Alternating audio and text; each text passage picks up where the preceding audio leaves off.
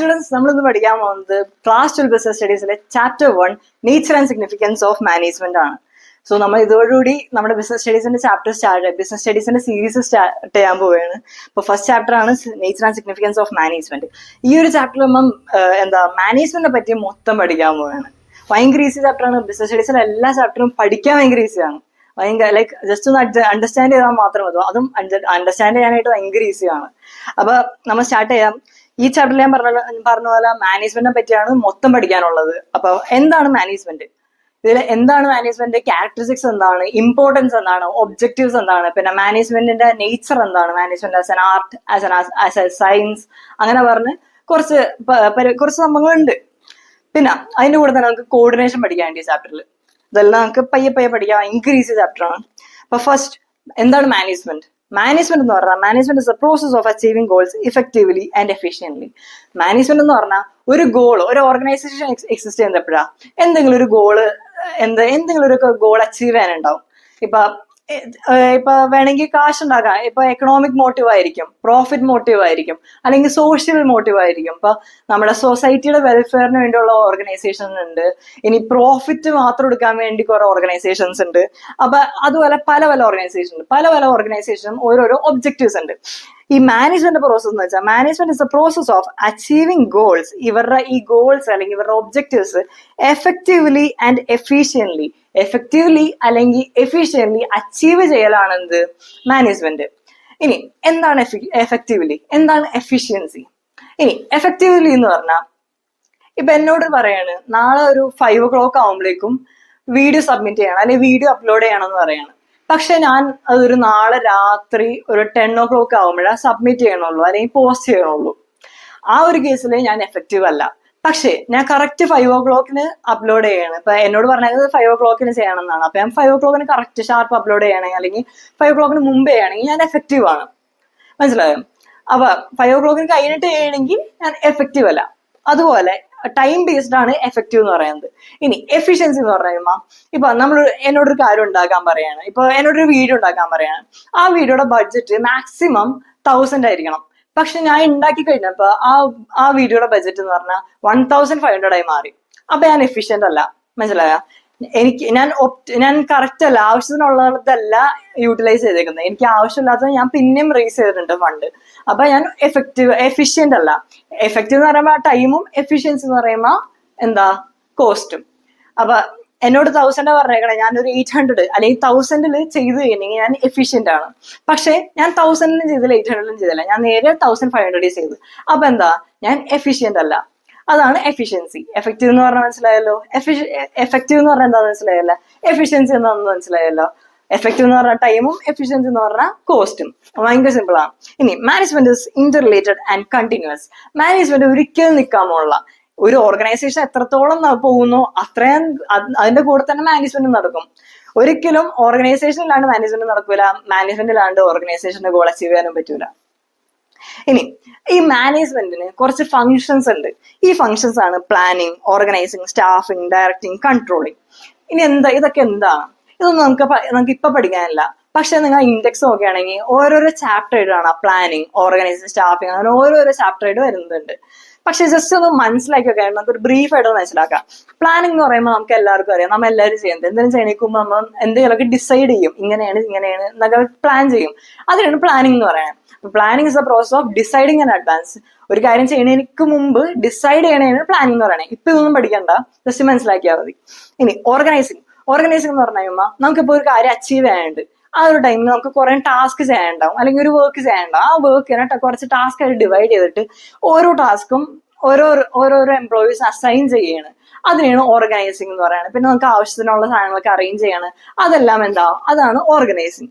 ഇനി സ്റ്റാഫിങ്. ഇപ്പൊ ഒരു കാര്യം ചെയ്യണമെങ്കിൽ ഇപ്പൊ എനിക്കൊരു പവർ പോയിന്റ് പ്രസന്റേഷൻ ഉണ്ടാക്കണം. അപ്പൊ ഞാൻ ഒരാളെ ഹയർ ചെയ്യണം. അപ്പൊ എനിക്കൊരു ഞാനിപ്പോ വേറെ ഏതെങ്കിലും ഒരു ഫീൽഡ്, ഇപ്പൊ സോഷ്യോളജിയിൽ സ്പെഷ്യലൈസ് ചെയ്യണ ആളെയും കൊണ്ട് പവർ പോയിന്റ് ഉണ്ടാക്കാൻ പറ്റും. പക്ഷെ എനിക്ക് വേണ്ട അത്രയും ഒരു പൊട്ടൻഷ്യൽ അയാൾക്ക് ഉണ്ടാവൂല. പക്ഷെ അത് തന്നെ ഞാൻ പവർ പോയിന്റ് പ്രസന്റേഷൻ ഉണ്ടാക്കണ ഒരാളെയും കൊണ്ടാണ് ഉണ്ടാക്കണമെങ്കില എനിക്ക് വേണ്ടതിനേക്കാളും കൂടുതലുള്ള എനിക്കിഷ്ടം. ഇപ്പൊ നല്ല പൊട്ടൻഷ്യൽ ഉണ്ടാവും, എനിക്ക് വേണ്ടത് തരാൻ പറ്റും അയാൾക്ക്. അതാണ് കറക്റ്റ് ഒരു ജോലിക്ക് ആവശ്യമുള്ള ഒരാളെ കറക്റ്റ് യൂട്ടിലൈസ് ചെയ്യാനും അതിന് സ്യൂട്ടബിൾ ആയിട്ടുള്ള ആളെ ഒപ്റ്റെയിൻ ചെയ്ത് അവരെ ഹയർ ചെയ്യണേനാണ് സ്റ്റാഫിംഗ് എന്ന് പറയണേ. ഒരു ജോലിക്ക് ആവശ്യമുള്ള ഒരാളെ കറക്റ്റ് ആ ജോലിക്ക് സ്യൂട്ടബിൾ ആയിട്ടുള്ള ഒരാളെ കണ്ടുപിടിച്ച് അപ്പോയിന്റ് ചെയ്യണേനാണ് എന്ത് പറയുന്നത്, സ്റ്റാഫിംഗ് എന്ന് പറയുന്നത്. സിമ്പിൾ അല്ലേ? ഇനി ഡയറക്റ്റിംഗ് എന്ന് പറയുമ്പോൾ ഗൈഡിങ്, ലീഡിങ്, മോട്ടിവേറ്റിംഗ്. എംപ്ലോയീസിനെ നമ്മൾ എപ്പോഴും ഗൈഡ് ചെയ്യണം, മോട്ടിവേറ്റ് ചെയ്യണം, ലീഡ് ചെയ്തുകൊണ്ടിരിക്കുകയാണെങ്കിൽ അതിനെയാണ് ഡയറക്റ്റിംഗ് പ്രോസസ് എന്ന് പറയുന്നത്.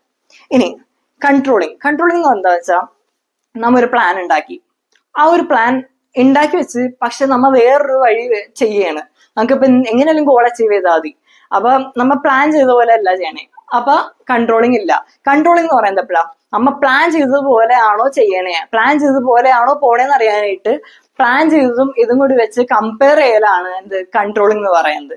നമ്മുടെ ആക്ച്വൽ പെർഫോമൻസും പ്ലാൻഡ് പെർഫോമൻസും, നമ്മൾ പ്ലാൻ ചെയ്ത പെർഫോമൻസും ആക്ച്വൽ നമ്മൾ ശരിക്കും ചെയ്യുന്ന പെർഫോമൻസും സെയിം ആണോ, അതിൽ വല്ല ഡീവിയേഷൻ ഉണ്ടോ എന്നെല്ലാം മെഷർ ചെയ്യുന്ന ആരാ, അതിനെയാണ് കൺട്രോളിംഗ് എന്ന് പറഞ്ഞ പ്രോസസ്സ്. ഇത്രയാണ് ഈ ഫങ്ഷൻസ് ഓഫ് മാനേജ്മെന്റ്. ഭയങ്കര ഈസിയാണ്, സിമ്പിൾ ആണ്. ഇത് ഇപ്പൊ പഠിക്കേണ്ട ആവശ്യമില്ല, ഇതൊക്കെ ഓരോ ചാപ്റ്ററിലായിട്ട് പഠിക്കാനുള്ളതുള്ളൂ. ഞാൻ പിന്നെ ഒന്ന് മനസ്സിലാവട്ടെ എന്ന് വെച്ച് പറഞ്ഞ. ഇനി അടുത്താണ് ക്യാരക്ടറിസ്റ്റിക്സ് ഓഫ് മാനേജ്മെന്റ്. അപ്പൊ എന്താ നോക്കാം. Management is A goal oriented process. ഞാൻ പറയല്ലേ, എല്ലാ ഓർഗനൈസേഷനും എക്സിസ്റ്റ് ചെയ്യാനൊരു റീസൺ ഉണ്ടാവും, അവർക്ക് എന്തെങ്കിലുമൊക്കെ അച്ചീവ് ചെയ്യാനുണ്ടാവും. അത് അച്ചീവ് ചെയ്യാൻ ഹെൽപ്പ് ചെയ്യുന്ന ആരാ? മാനേജ്മെന്റ് ആണ്. An organization has a set of basic goals which are the basic reasons for its existence. ആ ഒരു ഗോൾസ് അച്ചീവ് ചെയ്യാനാണ് എന്ത് ഇവരുടെ basic reason for it's existence. These should be simple and clearly stated. Different organizations have different goal. പല ഓർഗനൈസേഷനും പല ഗോളായിരിക്കും. For example, the goal of a retail store may be to increase sale. ഒരു retail സ്റ്റോറിന് അവരുടെ sales increase ചെയ്യാനായിരിക്കും. But the goal of the spastic society of India is to impart education to children with special needs. നമ്മുടെ സൊസൈറ്റിയുടെ goal എന്തായിരിക്കും? നമ്മുടെ സൊസൈറ്റിയുടെ goal എന്താ? Impart education to children with special needs. Special needs ഉള്ള ചിൽഡ്രന് എന്താ എഡ്യൂക്കേഷൻ കൊടുക്കല്. അതൊക്കെയാണ് നമ്മുടെ സൊസൈറ്റിയുടെ എന്ന് വെച്ചാൽ എന്താ സോഷ്യൽ വെൽഫെയർ. അതാണ് സൊസൈറ്റിയുടെ ഗോള്. പക്ഷെ അത് തന്നെയാണോ നമ്മുടെ ഓർഗനൈസേഷന്റെ ഗോള്? അല്ല. ഓർഗനൈസേഷന്റെ ഗോൾ എന്ന് പറഞ്ഞാൽ ഇൻക്രീസ് സെയിൽ. അല്ലെങ്കിൽ ഇപ്പൊ റീറ്റെയിൽ സ്റ്റോർ ആണ് ഓർഗനൈസേഷൻ എന്ന് പറയുമ്പോൾ, ഒരു റീറ്റെയിൽ സ്റ്റോർ ആണെങ്കിൽ ഇൻക്രീസ് സെയിൽ ആണ് അവരുടെ ബേസിക് മോട്ടീവ്.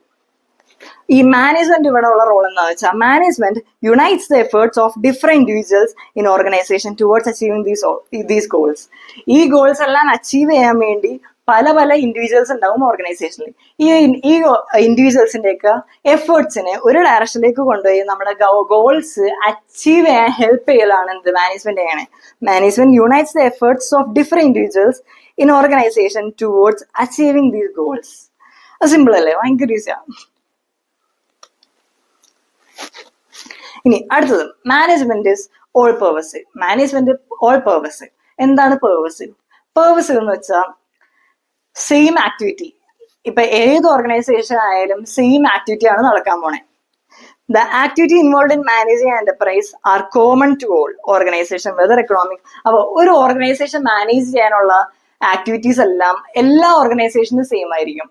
ഇപ്പൊ സോഷ്യൽ ഓർഗനൈസേഷൻ ആയാലും ഇക്കണോമിക് ആയാലും പൊളിറ്റിക്കൽ ആയാലും അത് മാനേജ് ചെയ്യാനുള്ള ആക്ടിവിറ്റീസ് എല്ലാം സെയിം ആയിരിക്കും. A petrol pump need to be managed as much as a hospital or a school. What managers do in India, USA, Germany is the same. ഈ പല സ്ഥലങ്ങളിലുള്ള മാനേജേഴ്സ് ചെയ്യുന്നതൊക്കെ സെയിം ആയിരിക്കും. പക്ഷെ അവരത് ചെയ്യുന്ന രീതി, how they do it may be quite different. This difference is due to difference in culture, tradition and history. ഈ കൾച്ചറിലും ട്രഡീഷനിലും ഹിസ്റ്ററിയിലും ഉള്ള എല്ലാം ഡിഫറൻസ് എല്ലാം കാരണമാണ് ഈ ഒരു ഡിഫറൻസ് ഉള്ളത്. ബാക്കി അവർ ചെയ്യുന്ന ആക്ടിവിറ്റീസ് എല്ലാം സെയിം ആണ്. Management is multi dimensional. മാനേജ്മെന്റിൽ കുറച്ച് ഡൈമെൻഷൻസ് ഒക്കെ ഉണ്ട്. അപ്പൊ 3 ഡൈമെൻഷൻസ് ആണ് ഉള്ളത്. Management of work, management of people and management of operation. ഈ 3 എണ്ണമാണ് ഈ മാനേജ്മെന്റ് ഇസ് മൾട്ടി ഡൈമെൻഷണലിലുള്ളത്. അപ്പൊ എന്താന്ന് നോക്കാം. Management of work. All organization exists for the performance of some work.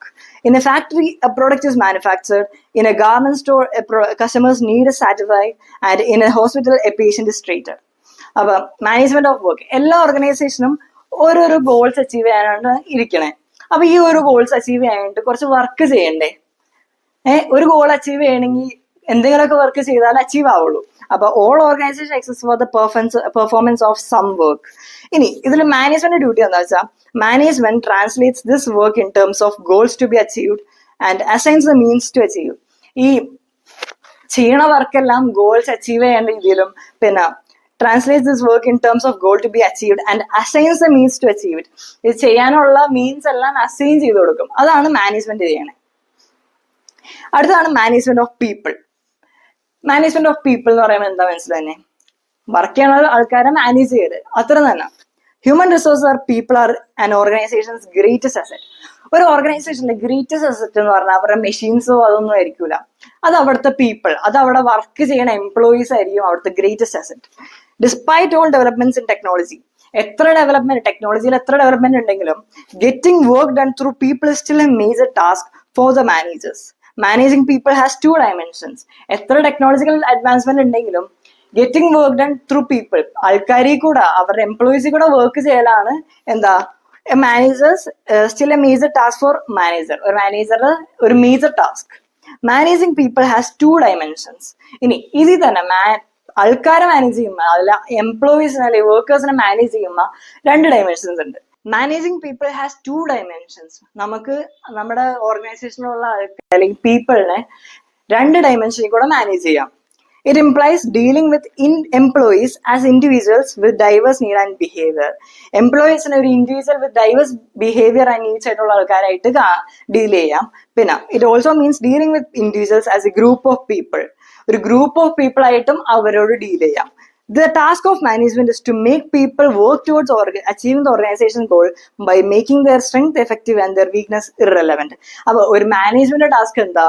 ഈ ഉള്ള എല്ലാ എംപ്ലോയീസിനെയും വർക്ക് ചെയ്യിപ്പിക്കല് towards achieving the organisation's goal by making their strength effective. അവരുടെ സ്ട്രെങ്ത് എഫക്റ്റീവ് ആക്കിയും അവരുടെ വീക്ക്നെസ് ഇറലവൻറ്റും ആക്കി അവരെ കൊണ്ട് ഓർഗനൈസേഷൻ ഗോളിൽ അച്ചീവ് ചെയ്യാൻ ഹെൽപ്പ് ചെയ്യുന്നതാണ് എന്ത് മാനേജ്മെന്റ് ചെയ്യുന്നത്. ഇനി അടുത്താണ് management of operations. No matter what the organization, it has some basic product or service to provide in order to survive. എന്ത് ഓർഗനൈസേഷൻ ആയാലും, സോഷ്യൽ ആയാലും, പൊളിറ്റിക്കൽ ആയാലും, എക്കണോമിക് ആയാലും, ഇവർക്ക് എല്ലാവർക്കും ചെയ്യാൻ ഒരു ഡ്യൂട്ടി ഉണ്ടാവും. ഇവർക്ക് എല്ലാവർക്കും ചെയ്യാൻ എന്തെങ്കിലുമൊക്കെ ഉണ്ടാവും. This requires a production process. അപ്പൊ ഇതിനൊരു പ്രൊഡക്ഷൻ പ്രോസസ് വേണം, which entails the flow of input material and the technology for transforming this input into desired output for consumption. അപ്പൊ ഇതിനൊരു പ്രൊഡക്ഷൻ പ്രോസസ് വേണം. എന്താ which entails the flow of input material ഉള്ളതും and the technology for transforming ഈ input മെറ്റീരിയലിനെ transform ചെയ്യാനായിട്ടുള്ള technology into desired output for consumption. നമുക്ക് consumption ആവശ്യമുള്ള കാര്യം ആക്കി മാറ്റാനായിട്ട് എന്താ ഇൻപുട്ട് മാറ്റാനുള്ള ടെക്നോളജിയും വേണം. പിന്നെന്താ this is interlinked with both the management of work and management of people. ഈ ഒരു ഫംഗ്ഷൻ എന്താ മാനേജ്മെന്റ് ഓഫ് പീപ്പിളും മാനേജ്മെന്റ് ഓഫ് വർക്ക് ആയിട്ടും ഇന്റർ റിലേറ്റഡ് ആണ്. അതാണ് മാനേജ്മെന്റ് ഓഫ് ഓപ്പറേഷൻസ്. ഇനി അടുത്താണ് management is a continuous process. Management is a continuous process എന്ന് പറയുമ്പോൾ ആ ഒരു സെന്റൻസ് തന്നെ നമുക്ക് മനസ്സിലാവും, ഒരിക്കലും നിൽക്കണല്ല, എപ്പോഴും നടന്നുകൊണ്ടിരിക്കുകയാണ്. The process of management is A series of continuous composite but separate functions. Serious ഈ മാനേജ്മെന്റ് എന്ന് പറയുമ്പോൾ കണ്ടിന്യൂസ് ആയ ഒരു പ്രോസസ് ആണ്. അത് continuous composite but separate. Continuous ആണ്, കോമ്പോസിറ്റ് ആണ്, പക്ഷെ സെപ്പറേറ്റ് എന്ന് പറയുമ്പോൾ ഇവിടെയുള്ള ഫീച്ചേഴ്സ്, ഇവിടെയുള്ള ഫങ്ഷൻ എന്താ? Planning, organising, directing, staffing and controlling. ഇതെല്ലാം നമ്മൾ നേരത്തെ പറഞ്ഞതല്ലേ, സിമ്പിൾ. അപ്പൊ these functions are simultaneously performed by all the managers all the time. ഈ ഒരു ഫങ്ഷൻസ് ഏതൊക്കെ ഫങ്ഷൻസ് ഞാൻ നേരത്തെ പറഞ്ഞ പ്ലാനിങ്, ഓർഗനൈസിങ്, അതെല്ലാം എല്ലാ മാനേജേഴ്സും കണ്ടിന്യൂസ്ലി പെർഫോം ചെയ്യുന്നതാണ് എന്ത് ഈ functions. These functions are simultaneously perform by all managers all the time. അതാണ് management is a continuous process. Management is continuous process എന്ന് പറയുമ്പോൾ management continuous composite but separate function ആണ്. The functions are simultaneously performed by all managers all the time. Increasing. ഇനി management is A group activity. ഈ group activity എന്ന് പറയുമ്പോൾ എന്താ നമ്മുടെ മനസ്സിൽ തന്നെ? ഗ്രൂപ്പ് എന്ന് പറയുമ്പോൾ എന്താ തന്നെ? കുറെ ആൾക്കാർ കൂടി നിൽക്കണ്, അങ്ങനെയല്ല ഒരു ഗ്രൂപ്പ് എന്ന് പറയണേ. An organization is a collection of diverse individuals with diverse needs. ഒരു ഓർഗനൈസേഷൻ എന്ന് പറഞ്ഞാൽ കുറെ diverse individuals with diverse needs. ഓരോ ഇൻഡിവിജ്വൽസിനും ഓരോരോ കാരണങ്ങളുണ്ടാവും. ചിലവർക്ക് അവർക്കുള്ള ഡെപ്റ്റ് തീർക്കാൻ വേണ്ടി, അല്ലെങ്കിൽ ചിലവർക്ക് എന്താ അവർക്ക് ഇൻകം ഉണ്ടാക്കി സേവിങ്സ് ഒക്കെ ഉണ്ടാക്കാനായിരിക്കും ചിലവർക്ക്. പക്ഷെ ചിലവർക്ക് എന്താ അവിടെയുള്ള ആൾക്കാരൊക്കെ ആയിട്ട് ഇന്ററാക്ട് ചെയ്യാനായിട്ടൊക്കെ ആയിരിക്കും പലവരുടെ. അപ്പൊ പലവർക്കും diverse individuals have diverse needs, പലർക്കും പല നീഡ്സ് ആയിരിക്കും. Every member of the organization has a different purpose for joining the organization. But as a member of the organization, they work towards fulfilling the common organizational goals. പക്ഷെ ഒരു ഓർഗനൈസേഷന്റെ member ആയിട്ട് അവരെന്താണ്, ഒരു ഓർഗനൈസേഷന്റെ കോമൺ ഒബ്ജക്റ്റീവ്സ് ഉണ്ടാവും. Common organisation goals achieve ചെയ്യാൻ help ചെയ്യലാണ് ഇവർ ചെയ്യുന്നത്. This requires teamwork and coordination of individual effort in a common direction. അപ്പൊ ഇതിനെന്താ വേണ്ടേ? ടീം വർക്കും വേണം, കോർഡിനേഷൻ വേണം of individual efforts in a common direction. ഒരു കോമൺ ഡയറക്ഷനിലേക്ക് ഇവരുടെ ടീം വർക്കിനെയും എഫേർട്ടിനെയും ഡയറക്റ്റ് ചെയ്യണം. At the same time management should enable all its members to grow and develop as needs and opportunities change. ഈ ഒരു സമയത്ത് മാനേജ്മെന്റ് എന്താ ചെയ്യണ്ടേ? ഇവരെല്ലാവരും ഗ്രോയും ഡെവലപ്പും ചെയ്യാനൊക്കെ ഹെൽപ്പും ചെയ്യണം. അതാണ് management is A group activity. Group എന്ന് പറയുമ്പോൾ നമ്മൾ എന്താ ഓർക്കണ്ടേ? കുറെ ആൾക്കാരെ. അപ്പൊ കുറെ ആൾക്കാർക്ക് പല പല റീസൺസ് ഉണ്ടാവും ജോയിൻ ചെയ്യാനായിട്ട്. പക്ഷെ പല പല റീസൺസ് ഉണ്ടെങ്കിലും ഒരു ഓർഗനൈസേഷൻ മെമ്പർ ആയിട്ട് അവരെന്താ ചെയ്യണ്ടേ? ആ ഓർഗനൈസേഷന്റെ ഗോൾ അച്ചീവ് ചെയ്യാനാണ് ഹെൽപ്പ് ചെയ്യേണ്ടത്. സിമ്പിൾ അല്ലേ? ഭയങ്കര ഈസി. പിന്നെ അതിന്റെ കൂടെ തന്നെ എന്താ, മാനേജ്മെന്റും ഇവരുടെ ഇൻഡിവിജ്വൽ പേഴ്സണൽ ഗോൾസ് അച്ചീവ് ചെയ്യാനും ഹെൽപ്പ് ചെയ്യണം. Simple. Management is a dynamic function. Dynamic എന്ന് പറയുമ്പോൾ എന്താ നമ്മുടെ മനസ്സിൽ തന്നെ? എപ്പോഴും ചേഞ്ച് ആയിക്കൊണ്ടിരിക്കും, ഒരിക്കലും നിൽക്കണില്ല. ചേഞ്ചിങ്. ഡൈനാമിക് എന്ന് പറയുമ്പോൾ ചേഞ്ച് ആയിക്കൊണ്ടിരിക്കണം. അപ്പൊ management is a dynamic function എന്ന് പറയുമ്പോൾ എന്തായിരിക്കും? Management is a dynamic function and has to adapt itself to the changing environment. Environment change ചെയ്യുന്നതനുസരിച്ച് മാനേജ്മെന്റ് എന്താ അതിനനുസരിച്ച് അഡാപ്റ്റ് ചെയ്യണം. An organization interacts with its external environment which consists of various social, economic and political factors. ഒരു organisation എന്താ external environment ആയിട്ട് എപ്പോഴും interact ചെയ്തുകൊണ്ടിരിക്കും. External environment എന്ന് പറയുമ്പോൾ എന്തൊക്കെ ഉണ്ടാവും? പൊളിറ്റിക്കൽ ഫാക്ടേഴ്സ് ഉണ്ടാവും, എക്കണോമിക് ഫാക്ടേഴ്സ് ഉണ്ടാവും, സോഷ്യൽ ഫാക്ടേഴ്സ് ഉണ്ടാവും, അങ്ങനെ പല പല ഫാക്ടേഴ്സ് ഉണ്ടാവും. അപ്പൊ in order to be successful, an organization must change itself and its goal according to the needs of our environment. അപ്പൊ ഈ ഒരു അവരുടെ ഗോൾസ് അച്ചീവ് ചെയ്യാനായിട്ട് ആ എൻവയൺമെന്റ് ചേഞ്ച് ചെയ്യണനുസരിച്ച് അവരും ചേഞ്ച് ചെയ്തുകൊണ്ടിരിക്കണം. മനസ്സിലായോ? ഇനി ഇവിടെ ഒരു എക്സാമ്പിൾ ഉണ്ട്. മെക്ഡൊണാൾഡ്സ് എല്ലാവർക്കും അറിയായിരിക്കും. ഫാസ്റ്റ് ഫുഡ് ചെയിൻ ആണ്. അപ്പൊ fast food chain made major changes in its menu to be able to survive in the Indian market. അവരുടെ മെനു തന്നെ അവരെന്താ കുറെ ചേഞ്ചസ് ഉണ്ടെന്ന്. നമ്മുടെ ഇന്ത്യൻസ് അവരുടെ ഫുഡ് കൺസ്യൂം ചെയ്യാൻ വേണ്ടി അവരുടെ മെനുവിൽ കുറെ ചേഞ്ചസ് ഉണ്ടെന്ന്. ഇപ്പൊ ഇവിടുത്തെ മെക്ഡൊണാൾഡ്സിൽ പോകുമ്പോൾ കിട്ടുന്ന സാധനങ്ങളായിരിക്കൂല അവരുടെ ഫോറിൻ കൺട്രീസിലുള്ള അല്ലെങ്കിൽ അവരുടെ ഒറിജിനൽ സ്ഥലത്തുള്ള കൺട്രീസിൽ കിട്ടുന്നതൊന്നും ഇവിടെ ഉള്ളതായിരിക്കൂല. നല്ല ഡിഫറൻസ് കാണും. കാരണം എന്താ? Management is a dynamic function. എപ്പോഴും ചേഞ്ച് ചെയ്തുകൊണ്ടിരിക്കണം. എൻവയൺമെന്റ് ചേഞ്ച് ചെയ്യാനനുസരിച്ച് ചേഞ്ച് ആയിക്കൊണ്ടിരിക്കണം. അപ്പൊ അവർക്ക് സക്സസ്ഫുൾ ആവണമെങ്കിൽ ഇപ്പൊ മെക്ഡൊണാൾഡ്സ് എക്സാമ്പിൾ ആയിട്ട് എടുക്കും. മെക്ഡൊണാൾഡ്സ് ഇപ്പൊ അവരുടെ ഐഡിയ ഇങ്ങനെയാണ്, അവരുടെ സംഭവം ഇതാണ്, ഞാൻ മാറൂല, ഞാൻ ഒന്നിനോടും ചേഞ്ച് ചെയ്യൂല, ഞാൻ എന്റെ കാര്യം പിടിച്ചോണ്ട് നിൽക്കും, അങ്ങനെ പറഞ്ഞ് അവർ ഇന്ത്യയിൽ നിൽക്കുകയാണെങ്കിൽ അവർക്ക് സർവൈവ് ചെയ്യാൻ പറ്റുമോ? ഇന്ത്യയിലെ കസ്റ്റമേഴ്സിന്റെ നീഡ് വേറെയും അവരുടെ ഒബ്ജക്റ്റീവ് അല്ലെങ്കിൽ അവരുടെ അവർ പ്രൊവൈഡ് ചെയ്യുന്നത് വേറെ ആണെങ്കിൽ അവർക്ക് ഒരിക്കലും സർവൈവ് ചെയ്യാൻ പറ്റില്ല. അപ്പൊ ഇവിടെ എന്താ മനസ്സിലായി? സർവൈവ് ചെയ്യാനായിട്ട് ഒരു ഓർഗനൈസേഷൻ എപ്പോഴും എൻവയൺമെന്റ് അനുസരിച്ച് ചേഞ്ച് ആയിക്കൊണ്ടിരിക്കാം. അതാണ് മെക്ഡൊണാൾഡ്സ് കാണിച്ചത്. മെക്ഡൊണാൾഡ്സിന്റെ മെനുവില് അവരുടെ ഒറിജിനൽ കൺട്രിയിലുള്ളതും ഇന്ത്യയിലുള്ളതും ഡിഫറൻസ് ഉണ്ട്. അപ്പൊ management is a dynamic function. ഭയങ്കര ഈസി അല്ലേ? മനസ്സിലായില്ലേ? ഇനി management is an intangible force. Intangible എന്ന് പറയുമ്പോൾ എന്താ? നമുക്ക് കാണാൻ പറ്റൂല അല്ലെങ്കിൽ തൊടാൻ പറ്റൂല. അതിനാണ് ഇൻടാഞ്ചിബിൾ എന്ന് പറയണേ. അപ്പൊ management is an intangible force എന്ന് പറയുമ്പോൾ എന്താ? Management is an intangible force that cannot be seen but its presence can be felt in the way the organisation functions. ഒരു ഓർഗനൈസേഷൻ ഫങ്ഷൻ ചെയ്യണ ആ ഒരു വേയിലൂടെ നമുക്ക് അവരുടെ പ്രസൻസ് ഫീൽ ചെയ്യാൻ പറ്റും. പക്ഷെ നമുക്ക് ഒരിക്കലും മാനേജ്മെന്റിനെ കാണാൻ പറ്റൂല. The effect of a management is noticeable in an organization where targets are met according to plans, employees are happy and satisfied, and there is orderliness instead of chaos. ഒരു effective management നമുക്ക് എവിടെ കാണാൻ പറ്റും? Employees ഹാപ്പിയാണ്, plan അനുസരിച്ച് കാര്യങ്ങളൊക്കെ പോണ്, അങ്ങനെയാണെങ്കിൽ എന്താ അവിടെ ഒരു എഫക്റ്റീവ് മാനേജ്മെന്റ് ആണ് നടക്കണേ. ഓക്കെ, നമുക്ക് ഇനി പഠിക്കാനുള്ളതാണ് ഒബ്ജക്റ്റീവ്സ് ഓഫ് മാനേജ്മെന്റ്. മാനേജ്മെന്റിന് കുറച്ച് ഒബ്ജക്റ്റീവ്സ് ഒക്കെ ഉണ്ട്. ഒബ്ജക്റ്റീവ്സ് എന്ന് പറഞ്ഞാൽ ഗോൾസ്, എന്തൊക്കെ അച്ചീവ് ചെയ്യേണ്ടതെന്ന് കുറച്ച് ഗോൾസ് ഒക്കെ ഉണ്ട്. അപ്പൊ 3 ഒബ്ജക്റ്റീവ്സ് ആണ് ഉള്ളത്: organisational objectives, social objectives, personal objectives. Organisational objectives, management is responsible for setting. എല്ലാ ഓർഗനൈസേഷനും ഒരു ഒബ്ജക്റ്റീവ്സ് ഉണ്ട്. ഈ മാനേജ്മെന്റ് ആണ് ഈ ഓരോ ഒബ്ജക്റ്റീവ്സ് സെറ്റ് ചെയ്യുന്നതും അത് അച്ചീവ് ചെയ്യാനായിട്ട് ഹെൽപ്പ് ചെയ്യുന്നതെല്ലാം ആരാ? മാനേജ്മെന്റ് ആണ്. Management is responsible for setting and achieving objectives for the organisation. It has to achieve a variety of objects in all areas considering the interest of all stake holders including share holder. അപ്പൊ management പല പല ഏരിയാസിലും goals achieve ചെയ്യാനുണ്ട്. കുറച്ച് പേരുടെ interest, stake ഹോൾഡേഴ്സിന്റെ interest satisfy ചെയ്യണം, അവരുടെ ഇൻട്രസ്റ്റ് ഫുൾഫിൽ ചെയ്യണം. സ്റ്റേക്ക് ഹോൾഡേഴ്സ് ആരാ? എംപ്ലോയീസ് ഉണ്ട്, എംപ്ലോയീസ് ഉണ്ട്, ഗവൺമെന്റ് ഉണ്ട്, കസ്റ്റമേഴ്സ് ഉണ്ട്, ഇവരെല്ലാം ഷെയർ ഹോൾഡേഴ്സ് ഉണ്ട്, ഇവരെല്ലാവരുമാണ് എന്ത്? സ്റ്റേക്ക് ഹോൾഡേഴ്സ്. ഇവരെല്ലാവരുടെയും ഇൻട്രസ്റ്റ് സാറ്റിസ്ഫൈ ചെയ്തിട്ട് വേണം ഓർഗനൈസേഷൻ എന്ത്? ഒബ്ജക്റ്റീവ്സ് സാറ്റിസ്ഫൈ ചെയ്യാൻ. The main objective of any organization should be to utilize human and material resources to the maximum possible advantage. ഇതിനെയാണ് എന്ത് പറയണേ? To fulfill the economic objectives of a business. ഇനി economic objectives എന്ന് പറഞ്ഞാൽ 3 ഉണ്ട്: survival, profit and growth. Survival, profit and growth. ഈ survival കേൾക്കുമ്പോൾ തന്നെ നമുക്ക് മനസ്സിലായി എന്ത്? ഒരു ഓർഗനൈസേഷൻ എസ്റ്റാബ്ലിഷ് ചെയ്ത് പിന്നെന്താ ആ കോമ്പറ്റീറ്റേഴ്സ്, നമുക്ക് എന്തായാലും ഇപ്പൊ എന്ത് ഷൂ കമ്പനി ആയാലും എഡ്യൂക്കേഷൻ പ്ലാറ്റ്ഫോം ആയാലും എന്ത് ലോഞ്ച് ചെയ്താലും അവിടെ ഒരു കോമ്പറ്റീറ്റർ ഉണ്ടാവും. ഈ ഒരു കോമ്പറ്റീറ്ററിന്റെ ഒക്കെ കൂടെ പിടിച്ചു നിൽക്കാൻ പറ്റണം. പിടിച്ചു നിൽക്കണമെങ്കിൽ എന്ത് വേണം? നമ്മൾ ഇടണ കോസ്റ്റിനുള്ള റവന്യൂ നമുക്ക് ജനറേറ്റ് ചെയ്യണം. നമ്മുടെ കോസ്റ്റും റവന്യൂവും സെയിം ആയിരിക്കണം. അപ്പൊ പിന്നെ നമുക്ക് എന്താ? അതിനാണ് സർവൈവൽ എന്ന് പറയണേ. നമ്മളുടെ കോസ്റ്റും നമുക്ക് അതിൽ നിന്ന് കിട്ടുന്നതും സെയിം ആണെങ്കിൽ, ഇപ്പൊ ഞാനൊരു 1000 rupees ഇൻവെസ്റ്റ് ചെയ്തിട്ടാണ് ഞാൻ വീഡിയോ ഉണ്ടാക്കണമെങ്കിൽ എനിക്ക് ഈ വീഡിയോ ഒന്ന് ഒരു 1000 എങ്കിലും കിട്ടണം. എന്നാലാണ് എനിക്ക് സർവൈവ് ചെയ്യാൻ പറ്റുള്ളൂ. സർവൈവ് ചെയ്താൽ മാത്രം മതിയോ? പോരാ. സർവൈവ് ചെയ്ത് കഴിഞ്ഞാൽ പിന്നെ പ്രോഫിറ്റ് ഉണ്ടാക്കണം. ഇപ്പൊ ഞാൻ 1000 ഇട്ട് 1000 എനിക്ക് കിട്ടി, ഇങ്ങനെ തന്നെ പോയിക്കൊണ്ടിരുന്നാൽ എനിക്കൊരു പ്രോഫിറ്റും ഇല്ല, എനിക്കൊരു മോട്ടിവേഷനും കിട്ടാൻ പോകണില്ല. അപ്പൊ ഞാനത് പയ്യെ നിർത്തും. അപ്പൊ അതുകൊണ്ട് എന്താ വേണം? നമുക്ക് പ്രോഫിറ്റ് വേണം.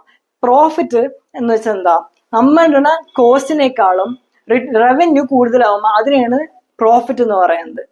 അപ്പൊ പ്രോഫിറ്റ് ഒരു ഇൻസെന്റീവ് ആണ്, നമുക്കൊരു മോട്ടിവേഷൻ തരും. ഒരു ആക്ടിവിറ്റി കണ്ടിന്യൂ ചെയ്യാനായിട്ട് നമുക്കൊരു മോട്ടിവേഷൻ തരുന്നതാണ് പ്രോഫിറ്റ്. അതാണ് പ്രോഫിറ്റ്. ഓക്കെ, ഇനി പ്രോഫിറ്റ് കഴിഞ്ഞ്, ഇപ്പൊ സർവൈവൽ കഴിഞ്ഞ് പ്രോഫിറ്റ് കഴിഞ്ഞ് ഇനി ഗ്രോത്ത് എന്ന് പറയുമ്പോ എന്തായിരിക്കും? ഗ്രോത്ത് എന്ന് പറയുമ്പോൾ ഒരു കമ്പനി ഗ്രോ ചെയ്യാന്ന് പറയുമ്പോൾ എന്തൊക്കെ ഉണ്ടാവും? അവിടുത്തെ എംപ്ലോയീസിന്റെ നമ്പർ കൂടല്, അവിടുത്തെ സെയിൽസ് കൂടല്, അവിടുത്തെ വാല്യൂ കൂടല്, അതൊക്കെയാണ് ഗ്രോത്ത് എന്ന് പറയുന്നത്. അപ്പൊ നമുക്കിനി ജസ്റ്റ് ബ്രീഫ് ആയിട്ട് നോക്കാം. അപ്പൊ survival, the basic objective of any business is survival. Management must strive to ensure the survival of the organization. In order to survive, an organization must earn enough revenue to cover cost. ഇത്രയും പഠിച്ചാൽ മതി survival. ഇപ്പൊ ഞാൻ നേരത്തെ explain ചെയ്തത് same സംഭവം, simple അല്ലേ? Increase ചെയ്യണം. ഇനി profit, mere profit is not enough for business. Management has to ensure that organization makes a profit. ഇപ്പോൾ സർവൈവൽ മറ്റേ കോസ്റ്റ് കവർ ചെയ്യാനുള്ള റവന്യൂ മാത്രം കിട്ടിയാൽ മാത്രം പോരാ, നമുക്ക് പ്രോഫിറ്റും വേണം. Profit provides A vital incentive for the continued operation of the enterprise. Profit is essential. Okay, അതൊക്കെ ഞാൻ പറഞ്ഞതാണ്. പിന്നെ ഈ ഒരു point, profit is essential for covering cost and risk. ഇപ്പം ഞാൻ ഒരു ക്ലൈമറ്റ് സെൻസിറ്റീവ് ആയിട്ടുള്ള ഒരു ബിസിനസ് നടത്തണേ. അപ്പോൾ എനിക്ക് ഒരു സീസണിൽ കുറേ സെയിൽസ് നടക്കും, പക്ഷെ അടുത്ത സീസണിൽ ഒട്ടും സെയിൽസ് നടക്കൂല. അപ്പോൾ എനിക്ക് എന്താ ചെയ്യണ്ടേ? ഞാൻ എന്ത് ചെയ്യണ്ടേ? ഞാൻ ഈ നമ്മുടെ സെയിൽസ് നടക്കുന്ന സീസണിൽ തന്നെ മാക്സിമം പ്രോഫിറ്റ് ഉണ്ടാക്കി വെക്കണം. അപ്പോൾ പിന്നെ നമുക്ക് എന്താ, അടുത്ത സീസണിൽ ഇപ്പോൾ സെയിൽസ് ഒന്നും ഇല്ലെങ്കിലും നമുക്ക് സർവൈവ് ചെയ്യാൻ പറ്റും. മനസ്സിലായോ?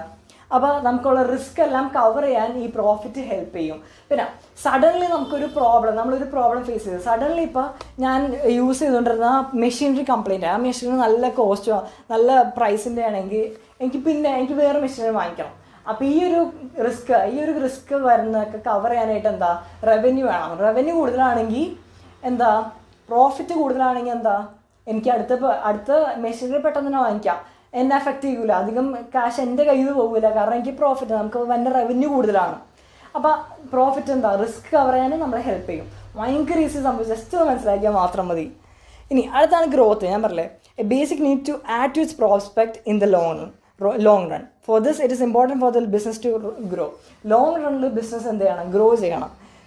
To remain in the industry, management must exploit fully the growth potential of the organization. Growth of business can be measured in terms of sales volume. ഞാൻ നേരത്തെ പറഞ്ഞ സെയിൽസ് വോളിയം ഇൻക്രീസ് ചെയ്യുന്നതും, പിന്നെ നമ്പർ ഓഫ് എംപ്ലോയീസ് കൂടുന്നതും, പിന്നെ എന്താ, നമ്മുടെ capital investment, നമ്മൾ ഇൻവെസ്റ്റ് ചെയ്യുന്നതെല്ലാം കൂട്ടുകയാണെങ്കിൽ അതിൻ്റെ അർത്ഥം എന്താ, ഒരു കമ്പനി ഗ്രോ ചെയ്യാണ്. അടുത്താണ് സോഷ്യൽ ഒബ്ജക്റ്റീവ്സ്. സോഷ്യൽ ഒബ്ജക്റ്റീവ്സ് ഈ ഒരു നെയിം കേൾക്കുമ്പോൾ തന്നെ നമുക്ക് മനസ്സിലാവും എന്താണ് സോഷ്യൽ ഒബ്ജക്റ്റീവ്സ്. സോഷ്യൽ ഒബ്ജക്റ്റീവ് എന്ന് പറഞ്ഞു കഴിയുമ്പോൾ നമ്മുടെ സൊസൈറ്റിയുടെ വെൽഫെയറിന് വേണ്ടി ചെയ്യുന്നത് തന്നെയാണ് സോഷ്യൽ സ്റ്റുഡൻസ്. ഇത് നമ്മുടെ നേച്ചർ ആൻഡ് സിഗ്നിഫിക്കൻസിലെ പാർട്ട് 2 ആണ്. നമ്മുടെ ഫസ്റ്റ് പാർട്ടിന്റെ എൻഡിങ് ആയപ്പോ കുറച്ചൊന്ന് കട്ടായൊക്കെ പോയായിരുന്നു, ഫേസും പോയി പിന്നെ അവസാനം പോയി, പക്ഷെ അത് കംപ്ലീറ്റ് ആയിരുന്നു, അതുകൊണ്ട് ഇതിനെ കണ്ടിന്യൂ ചെയ്തില്ലായിരുന്നു. ഇത് നമ്മുടെ പാർട്ട് 2 ആണ്. ഇതിൽ നമ്മൾ ഇമ്പോർട്ടൻസ് ഓഫ് മാനേജ്മെന്റ് ഇതിൽ നമ്മൾ ഇമ്പോർട്ടൻസ് ഓഫ് മാനേജ്മെന്റ് ആണ് പഠിക്കാൻ പോണേ. നമ്മൾ നേരത്തെ പഠിപ്പിച്ചതൊക്കെ ഭയങ്കര ക്ലിയർ ആണെന്ന് വിചാരിക്കുന്നു. കമന്റ് ചെയ്യുക. പിന്നെ ഇമ്പോർട്ടൻസ് ഓഫ് മാനേജ്മെന്റ് ഭയങ്കര ഈസിയാണ്. ലൈക്ക് ജസ്റ്റ് ഒന്ന് മനസ്സിലാക്കിയാൽ നിങ്ങൾ മറക്കുവരെ. ഇപ്പൊ പഠിച്ചിട്ട് ഞാൻ ആ വീഡിയോയിലും പറഞ്ഞു, ഇപ്പൊ പഠിച്ചിട്ടൊരു കാര്യമില്ല, ജസ്റ്റ് മനസ്സിലാക്കി വെക്കുക. നിങ്ങൾ ഫുൾ ബൈ ഹാർട്ട് ചെയ്യാനാണ് പ്ലാനിങ്, ഒരു ഡിസംബർ ഒക്കെ തൊട്ട് പഠിച്ചാൽ മതി, അല്ലാണ്ട് കാര്യമില്ല. ഇനി ഫസ്റ്റ് വൺ ആണ് management is required not for itself but for achieving the goals of organisation. അപ്പൊ മാനേജ്മെന്റ് എന്തിനാ? The task of a manager is to give common direction to the individual effort in achieving the overall goal of the organisation. നമ്മൾ management as a group ആക്ടിവിറ്റിയിൽ നമ്മൾ പഠിച്ചായിരുന്നു. കുറെ individuals ഒരുമിച്ച് കൂടിയാണ് ഓർഗനൈസേഷനിൽ വർക്ക് ചെയ്യുന്നത്, ഓർഗനൈസേഷന്റെ ഗോൾസ് അച്ചീവ് ചെയ്യാൻ ഹെൽപ്പ് ചെയ്യുന്നതെല്ലാം നമ്മൾ പഠിച്ചായിരുന്നു. അപ്പൊ ഈ ഓരോ ഇൻഡിവിജ്വൽസിനും ഡയറക്ഷൻ കൊടുക്കണ്ടേ? ഒരു കോമൺ ഡയറക്ഷൻ കൊടുത്താലല്ലേ അവർക്ക് ഗ്രൂപ്പ് ഗോൾസ് അച്ചീവ് ചെയ്യാൻ പറ്റുള്ളൂ. അപ്പൊ ഇവിടെ മാനേജ്മെന്റ് ആണ് പ്ലേ ചെയ്യണത് ഒരു important role. Management is required not for itself but for achieving the goals of the organization. The task of a manager is to give a common direction to individual effort in achieving the overall goal of the organization. അതിലാകെ ആ ഒരു അത്രയും പഠിച്ചു വെച്ചാൽ മതി, ഭയങ്കര ഈസിയാണ്. പിന്നെ management increases efficiency. Management increases efficiency എങ്ങനെ? The aim of a manager is to reduce cost and increase productivity through better planning, organizing, directing, staffing, controlling the activities of the organization. അപ്പൊ നമ്മളിപ്പോ ഒരു ഓർഗനൈസേഷൻ സെറ്റപ്പ് ചെയ്യണം, ഒരു ഗോളൊക്കെ ഉണ്ട്. നമ്മൾ first party പറഞ്ഞ പോലെ നമുക്കൊരു ഗോൾ ഉണ്ട്, നമ്മൾ ഒരു ഓർഗനൈസേഷൻ സെറ്റ് ചെയ്ത് നമ്മൾ പ്ലാൻ ചെയ്ത് ഓർഗനൈസ് ചെയ്ത് ഇതെല്ലാം മര്യാദക്ക് ചെയ്യണം. ഇപ്പൊ ഒരു കാര്യം നമുക്ക് 2000 ചെയ്യാൻ പറ്റും, പക്ഷെ അത് തന്നെ നമുക്ക് മര്യാദക്ക് പ്ലാൻ ചെയ്ത് അത് 1000 ചെയ്യാൻ പറ്റും. അതുപോലെ തന്നെ നമ്മൾ കറക്റ്റ് ആയിട്ടുള്ള അതിന് ആവശ്യമുള്ള ഒപ്റ്റിമം ആയിട്ട് യൂട്ടിലൈസ് ചെയ്യാൻ പറ്റുന്ന കാര്യങ്ങളൊക്കെ അറേഞ്ച് ചെയ്ത് ഓർഗനൈസ് ചെയ്ത് ചെയ്യണമെങ്കിൽ നമുക്ക് മിനിമം ഭയങ്കര എഫിഷ്യന്റ് ആയിട്ട് മിനിമം കോസ്റ്റ് ചെയ്യാൻ പറ്റും. പിന്നെ അതുപോലെ തന്നെ പ്രോപ്പർ സ്റ്റാഫിങ് എന്ന് വെച്ചാൽ എന്താന്ന് പറഞ്ഞാൽ കറക്റ്റ് ആളെ കറക്റ്റ് പ്ലേസിൽ അപ്പോയിന്റ് ചെയ്യുക. കറക്റ്റ് ആളെ കറക്റ്റ് പ്ലേസിൽ അപ്പോയിന്റ് ചെയ്യണമെങ്കിൽ മിനിമം കോസ്റ്റിലും മോർ എഫിഷ്യന്റ് ആയിട്ടും, മിനിമം കോസ്റ്റും മോർ എഫിഷ്യന്റ് സെയിം ആണ്, മിനിമം കോസ്റ്റും പക്ഷെ മോർ ഗുഡ് പെർഫോമൻസ്, നല്ല പെർഫോമൻസും അതേ കോസ്റ്റ് തന്നെ ബെറ്റർ പെർഫോമൻസും കിട്ടും. അതാണ് സ്റ്റാഫിംഗ് എന്ന് വെച്ചാൽ എന്താ? Right person at the right place. അങ്ങനെ ചെയ്യണമെങ്കിൽ എഫിഷ്യൻസി കൂടും. പിന്നെ കൺട്രോളിങ് എന്ന് വെച്ചാൽ നമ്മൾ പ്ലാൻ ചെയ്ത പോലെ തന്നെയാണോ നടക്കണത്, ഇത് കറക്റ്റ് കീപ്പ് ചെയ്യണമെങ്കിൽ എന്താ, നമ്മൾ എന്തെങ്കിലും ഡീവിയേറ്റ് ചെയ്യണമെങ്കിൽ അത് നമുക്ക് അറിയാൻ പറ്റും. അത് നമുക്ക് പെട്ടെന്ന് അറിയുകയാണെങ്കിൽ നമുക്ക് എന്താ അപ്പൊ തന്നെ ഒരു കറക്റ്റീവ് മെഷർ എടുക്കാം, കറക്റ്റീവ് ആക്ഷൻ എടുക്കാൻ പറ്റും. അങ്ങനെ ഓവർ റിസോഴ്സസ് വെറുതെ വേസ്റ്റ് ആവുന്നതിനേക്കാളും നന്നായിട്ട് നമുക്ക് യൂസ് ചെയ്യാൻ പറ്റും. അതാണ് മാനേജ്മെന്റ് ഇൻക്രീസസ് എഫിഷ്യൻസി. അടുത്താണ് management creates A dynamic organisation. All organizations have to function in an environment which is constantly changing. It is generally seen that individuals in an organization resist change, as it often means moving from a familiar, secure environment to a newer and more challenging one. Management helps people adapt to these changes so that the organization is able to maintain its competitive edge. So, management is a dynamic function നമ്മുടെ ഫീച്ചേഴ്സിൽ പഠിച്ചായിരുന്നു. അപ്പൊ dynamic ഫംഗ്ഷനിൽ തന്നെ നമ്മൾ പഠിച്ചാൽ എന്ത് സംഭവം, നമ്മുടെ environment എപ്പോഴും ചേഞ്ച് ആയിക്കൊണ്ടിരിക്കുക, നമ്മൾ അതിനനുസരിച്ച് ചേഞ്ച് ചെയ്യണം, മാനേജ്മെന്റ് അതിനനുസരിച്ച് ചേഞ്ച് ചെയ്യണം എന്ന് പഠിച്ച്. ഇവിടെ പറയുന്നത് management creates A dynamic organisation. ഒരു ഓർഗനൈസേഷനിലെ ഇൻഡിവിജ്വൽസ് ഒരേ ഒരു മെഷീൻ യൂസ് ചെയ്ത് അവർക്ക് ഫെമിലിയർ ആയി, അവർക്കിപ്പോ ആ മെഷീൻ നന്നായിട്ട് യൂസ് ചെയ്യാൻ അറിയാം. പക്ഷേ മാർക്കറ്റിൽ പുതിയൊരു മെഷീൻ വന്ന് ഇപ്പൊ ചെയ്യുന്നതിനേക്കാളും ഒരു 1 to 2 hours സേവ് ചെയ്യാൻ പറ്റണ ഒരു മെഷീൻ വന്ന്, അപ്പൊ മാനേജ്മെന്റ് എന്താ ചെയ്യണ്ടേ? ആ ഒരു മെഷീൻ വാങ്ങിക്കും. അപ്പൊ ഈ ഒരു എംപ്ലോയീസിനെ പറഞ്ഞ് അവരെ കൺവിൻസ് ചെയ്ത് അവരെ മോട്ടിവേറ്റ് ചെയ്ത് ആ ഒരു മെഷീൻ യൂസ് ചെയ്യാൻ അവരെ ഫെമിലിയർ ആയിരുന്ന ഒരു സിറ്റുവേഷനിൽ നിന്ന് അൺഫെമിലിയർ ആയ ഒരു സിറ്റുവേഷനിലേക്ക് ഇവരെ മോട്ടിവേറ്റ് ചെയ്ത് പെർസ്വേഡ് ചെയ്യലാണ് മാനേജ്മെന്റ് ചെയ്യുന്നത്. അപ്പൊ ഇങ്ങനെ ഇവരെ പെർസ്വേഡ് ചെയ്യണം, ഇവരെ പറഞ്ഞ് മനസ്സിലാക്കിയാണ്, ഇവരെ എഡ്യൂക്കേറ്റ് ചെയ്യണം, ഇതെങ്ങനെ യൂസ് ചെയ്യേണ്ടതെല്ലാം പറഞ്ഞ് പഠിപ്പിച്ചു കൊടുക്കുകയാണ്, ട്രെയിൻ ചെയ്യിപ്പിക്കുകയാണെങ്കിൽ ഇവർക്ക് അതിനനുസരിച്ച് മാറാൻ പറ്റും. അങ്ങനെ മാനേജ്മെന്റ് ഇവിടെയും ഒരു ഇമ്പോർട്ടന്റ് റോൾ പ്ലേ ചെയ്യുന്നുണ്ട്. Management creates A dynamic organisation. ഓരോ സിറ്റുവേഷൻ മാറുന്നതനുസരിച്ച് അവിടുത്തെ എംപ്ലോയീസിനെ മോട്ടിവേറ്റ് ചെയ്തും ടീച്ച് ചെയ്തും പെർസ്വേഡും ചെയ്തെല്ലാം എന്താ ആ ചേഞ്ച് ചെയ്യുന്ന സിറ്റുവേഷൻ അനുസരിച്ച് എംപ്ലോയീസിനെയും ചേഞ്ച് ചെയ്യാൻ മാനേജ്മെന്റ് ഹെൽപ്പ് ചെയ്യും. എംപ്ലോയീസ് എപ്പോഴും എന്താ ഒരു മടി കാണിക്കും. അവരറിയാവുന്ന എംപ്ലോയീസ് എന്ന് വെച്ചാൽ എന്താ, നമ്മളായാലും ഇപ്പൊ എന്തെങ്കിലും ഒരു കാര്യത്തിൽ നമുക്ക് അറിയാവുന്ന ഒരു സിറ്റുവേഷനിൽ നിന്നും അറിയാത്തൊരു സ്ഥലത്തേക്ക് പോവുകയാണെങ്കിൽ നമുക്കൊരു മടി ഉണ്ടാവും. ഇപ്പൊ നമുക്ക് അറിയാവുന്ന ഒരു ഗ്യാങ്ങിൽ നിന്നും നമ്മൾ അറിയാത്തൊരു ഗ്യാങ്ങിലേക്ക് ഫ്രണ്ട്ഷിപ്പ് കൂടാൻ പോവുകയാണെങ്കിൽ നമുക്കൊരു ചെറിയൊരു ഹെസിറ്റേഷൻ ഉണ്ടാവും. അതുപോലെ തന്നെയാണ് ഇവിടെ മാനേജ്മെന്റ് എന്താ പ്രോപ്പർ ആയിട്ട് ഗൈഡ് ചെയ്ത് അവരെ പുതിയൊരു എൻവയൺമെന്റിലേക്ക് അഡാപ്റ്റ് ചെയ്യാനായിട്ട് ഹെൽപ്പ് ചെയ്യും. അതാണ് ഇവിടെ മാനേജ്മെന്റ് ചെയ്യണേ. ഇനി management helps in achieving personal objectives. A manager motivates and leads his team in such a manner that individual members are able to achieve personal goals while contributing to overall organizational objective. അപ്പൊ ഒരു manager എന്താണ് motivate ചെയ്യും, lead his team in such a manner that individual members are able to achieve. Group goals achieve ചെയ്യുന്നതിന്റെ കൂടെ അവരുടെ personal ഒബ്ജക്റ്റീവ്സും achieve ചെയ്യാനായിട്ട് എന്താ ഒരു മാനേജറെ ഹെൽപ്പ് ചെയ്യും. എങ്ങനെ? ലീഡും മോട്ടിവേറ്റ് എല്ലാം ചെയ്ത്.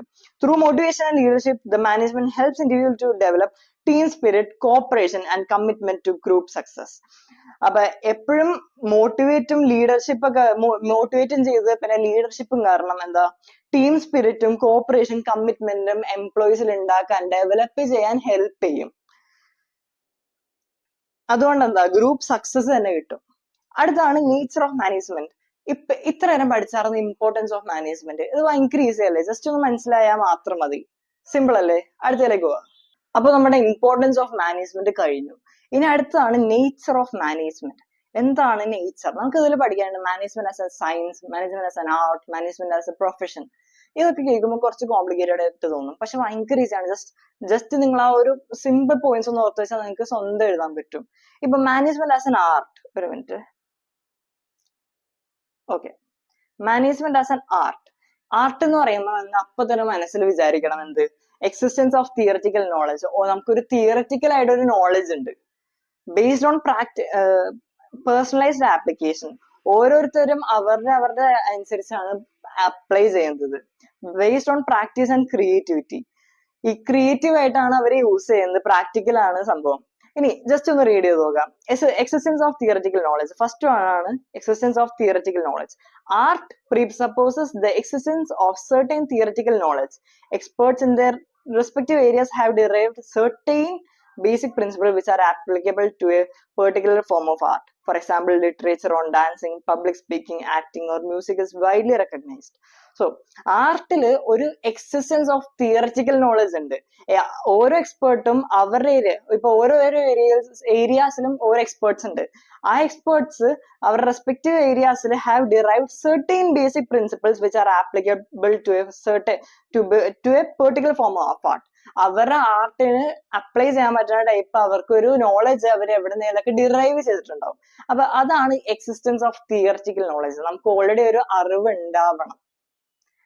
ഇനി അടുത്ത പേഴ്സണലൈസ്ഡ് ആപ്ലിക്കേഷൻ. പേഴ്സണലൈസ്ഡ് ആപ്ലിക്കേഷൻ എന്ന് പറയുമ്പോൾ the use of this basic knowledge varies from individual to individual. ഇപ്പൊ എനിക്കൊരു നോളജ് ഉണ്ട്, അത് ഞാൻ യൂസ് ചെയ്യുന്നതും എന്റെ കൂടെയുള്ള വേറൊരാൾ യൂസ് ചെയ്യുന്നതും വേറെ വേറെ ആയിരിക്കും. അതാണ് personalised application. The use of this basic knowledge varies from individual to individual. Art, therefore, is a very personalized concept. For example, 2 dancers, 2 speakers, 2 actors, or 2 writers will always differ in demonstrating their art.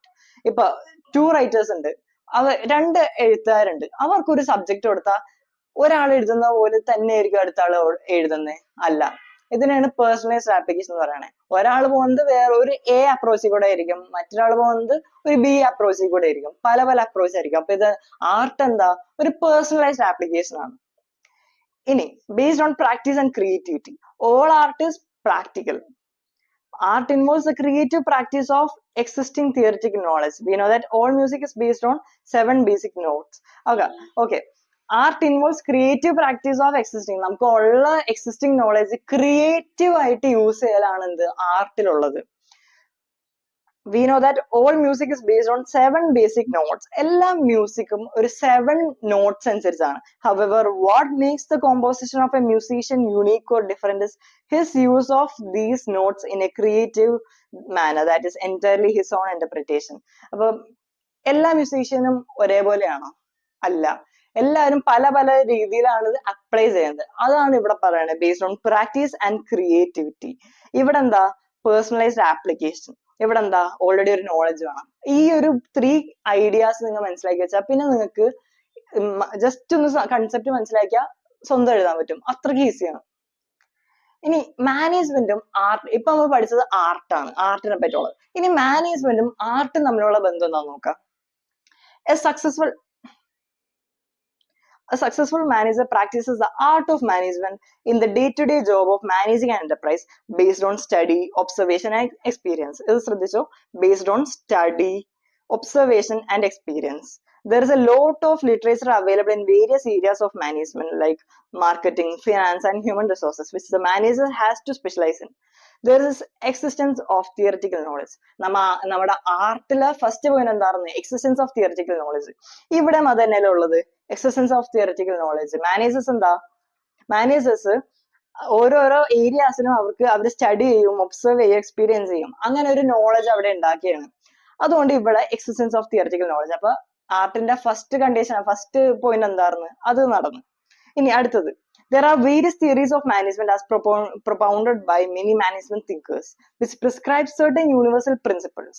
A manager applies these scientific methods and body of knowledge to a given situation, an issue or a problem in his own unique manner. അപ്പൊ നമ്മ ആർട്ടില് second point എന്തായിരുന്നു പഠിച്ചേ, ഒന്ന് ഓർത്ത് നോക്കിയേ. Second point എന്തായിരുന്നു? First one existence of theoretical knowledge. അപ്പൊ second one എന്താ? Personalised application. അതാണ് ഇവിടെ നടക്കണേ. എന്താ? propounded by many management thinkers. Various theories ഉണ്ട്, പല പല തിയറീസ് ഉണ്ട്. പക്ഷേ manager applies these scientific methods and body of knowledge to a given situation and ensure a problem in his own unique manner. ഇവിടെ എന്താ നടക്കണേ? പേഴ്സണലൈസ്ഡ് ആപ്ലിക്കേഷൻ ആണ് കേട്ടാ. ഇപ്പൊ ആർട്ടിന്റെ സെക്കൻഡ് പോയിന്റ് നടന്നു. ഇനി അടുത്തതാണ്, A good manager works through A combination of practice, creativity, imagination, initiative or innovation. A manager achieves perfection after long practice. Students of management also applies these principles. അതൊന്നും important അല്ല, first ഞാൻ പറഞ്ഞ ആ point ആണ് main. ഇനി അടുത്താണ് manager. A manager applies this acquired knowledge in A personalised and skilful manner in the light of the realities of A given situation. നമ്മുടെ third condition എന്തായിരുന്നു? നമ്മുടെ ആർട്ടിലെ തേർഡ് കണ്ടീഷൻ എന്തായിരുന്നു? Based on practice and creativity. അതാണ് നമ്മുടെ third condition. ഇവിടെ എന്താ third? A manager applies this acquired knowledge in a personalized and skillful manner in the light of situation അനുസരിച്ച്. He is involved in the activities of organization, studies critical situations and formulate his own theories for use in a given situation. ഒരു situation ഒക്കെ വന്നാൽ അതിനനുസരിച്ച് ആ ഒരു situation study ചെയ്ത് അതിനനുസരിച്ച് theory formulate ചെയ്ത് യൂസ് ചെയ്യലാണ് എന്ത് ഒരു മാനേജർ ചെയ്യുന്നത്. അങ്ങനെ ഒരു ക്രിയേറ്റീവ് ആപ്ലിക്കേഷൻ ആണ് അവിടെ നടക്കുന്നത്. This gives rise to different styles of management. അപ്പൊ ഇവിടെ ഷോർട്ട് ആക്കി പറയണ എന്താ ഉള്ളത്? He is involved in the activities of the organization, studies critical situations and formulate his own theories for use in a given situation. പല പല knowledge ഉണ്ടെങ്കിലും അത് ആ ഒരു സിറ്റുവേഷൻ അനുസരിച്ച് ക്രിയേറ്റീവ് ആയിട്ട് അപ്ലൈ ചെയ്യാണ് എന്ത് മാനേജർ ചെയ്യുന്നത്. This gives rise to different styles of management. ഇതിലാകെ ഇത്രയേ ഉള്ളൂ. ഭയങ്കര ഈസി അല്ലേ? സിമ്പിൾ അല്ലേ? കമന്റ് ചെയ്യുക. നമുക്ക് ഇനി അടുത്താണ് management as A science. Management as A science. ഇപ്പൊ കഴിഞ്ഞ പാർട്ട് നോക്കിയപ്പോഴായിരുന്നു നമ്മുടെ ഫേസ് ഫുൾ ബ്ലർ ആയിട്ടിരിക്കുകയാണ്. ഓരോ വീഡിയോയിലും ഓരോ പ്രശ്നങ്ങളാണ്. കുഴപ്പമില്ല, നമുക്ക് പഠിക്കാം. Management as A science.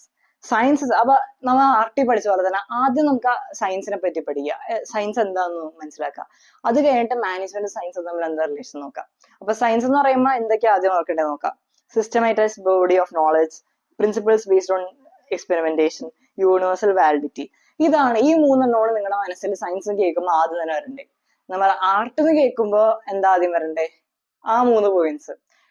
അതുപോലെ തന്നെ സയൻസ് കേൾക്കുമ്പോൾ ഈ 3 പോയിന്റ്സ് ആണ് വരണ്ടേ. എന്തൊക്കെ? സിസ്റ്റമാറ്റൈസ്ഡ് body of knowledge, principles based on experimentation, universal validity. ഇനി ഓരോന്നും എന്തായിട്ട് നോക്കാം. Science is a systematic body of knowledge. Its principles are based on cause and effect relationship. For example, the phenomenon of an apple falling from a tree towards the ground is explained by the law of gravity. Science is a systematized body of knowledge. Its principles are based on cause and effect relationship.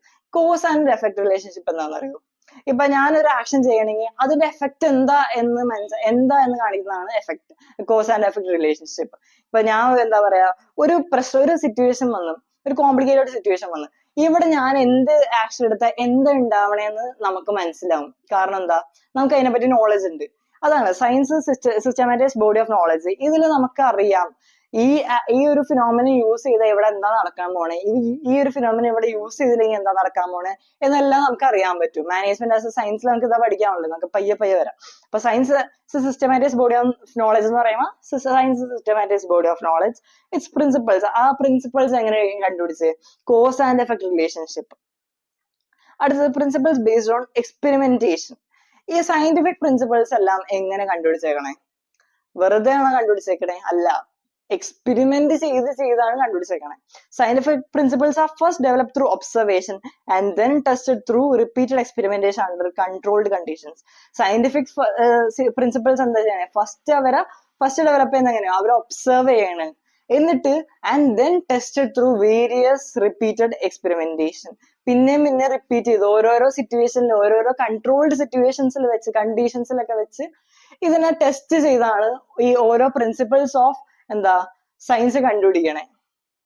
അടുത്തത് universal validity. Scientific principles എവിടെയും valid ആണ്.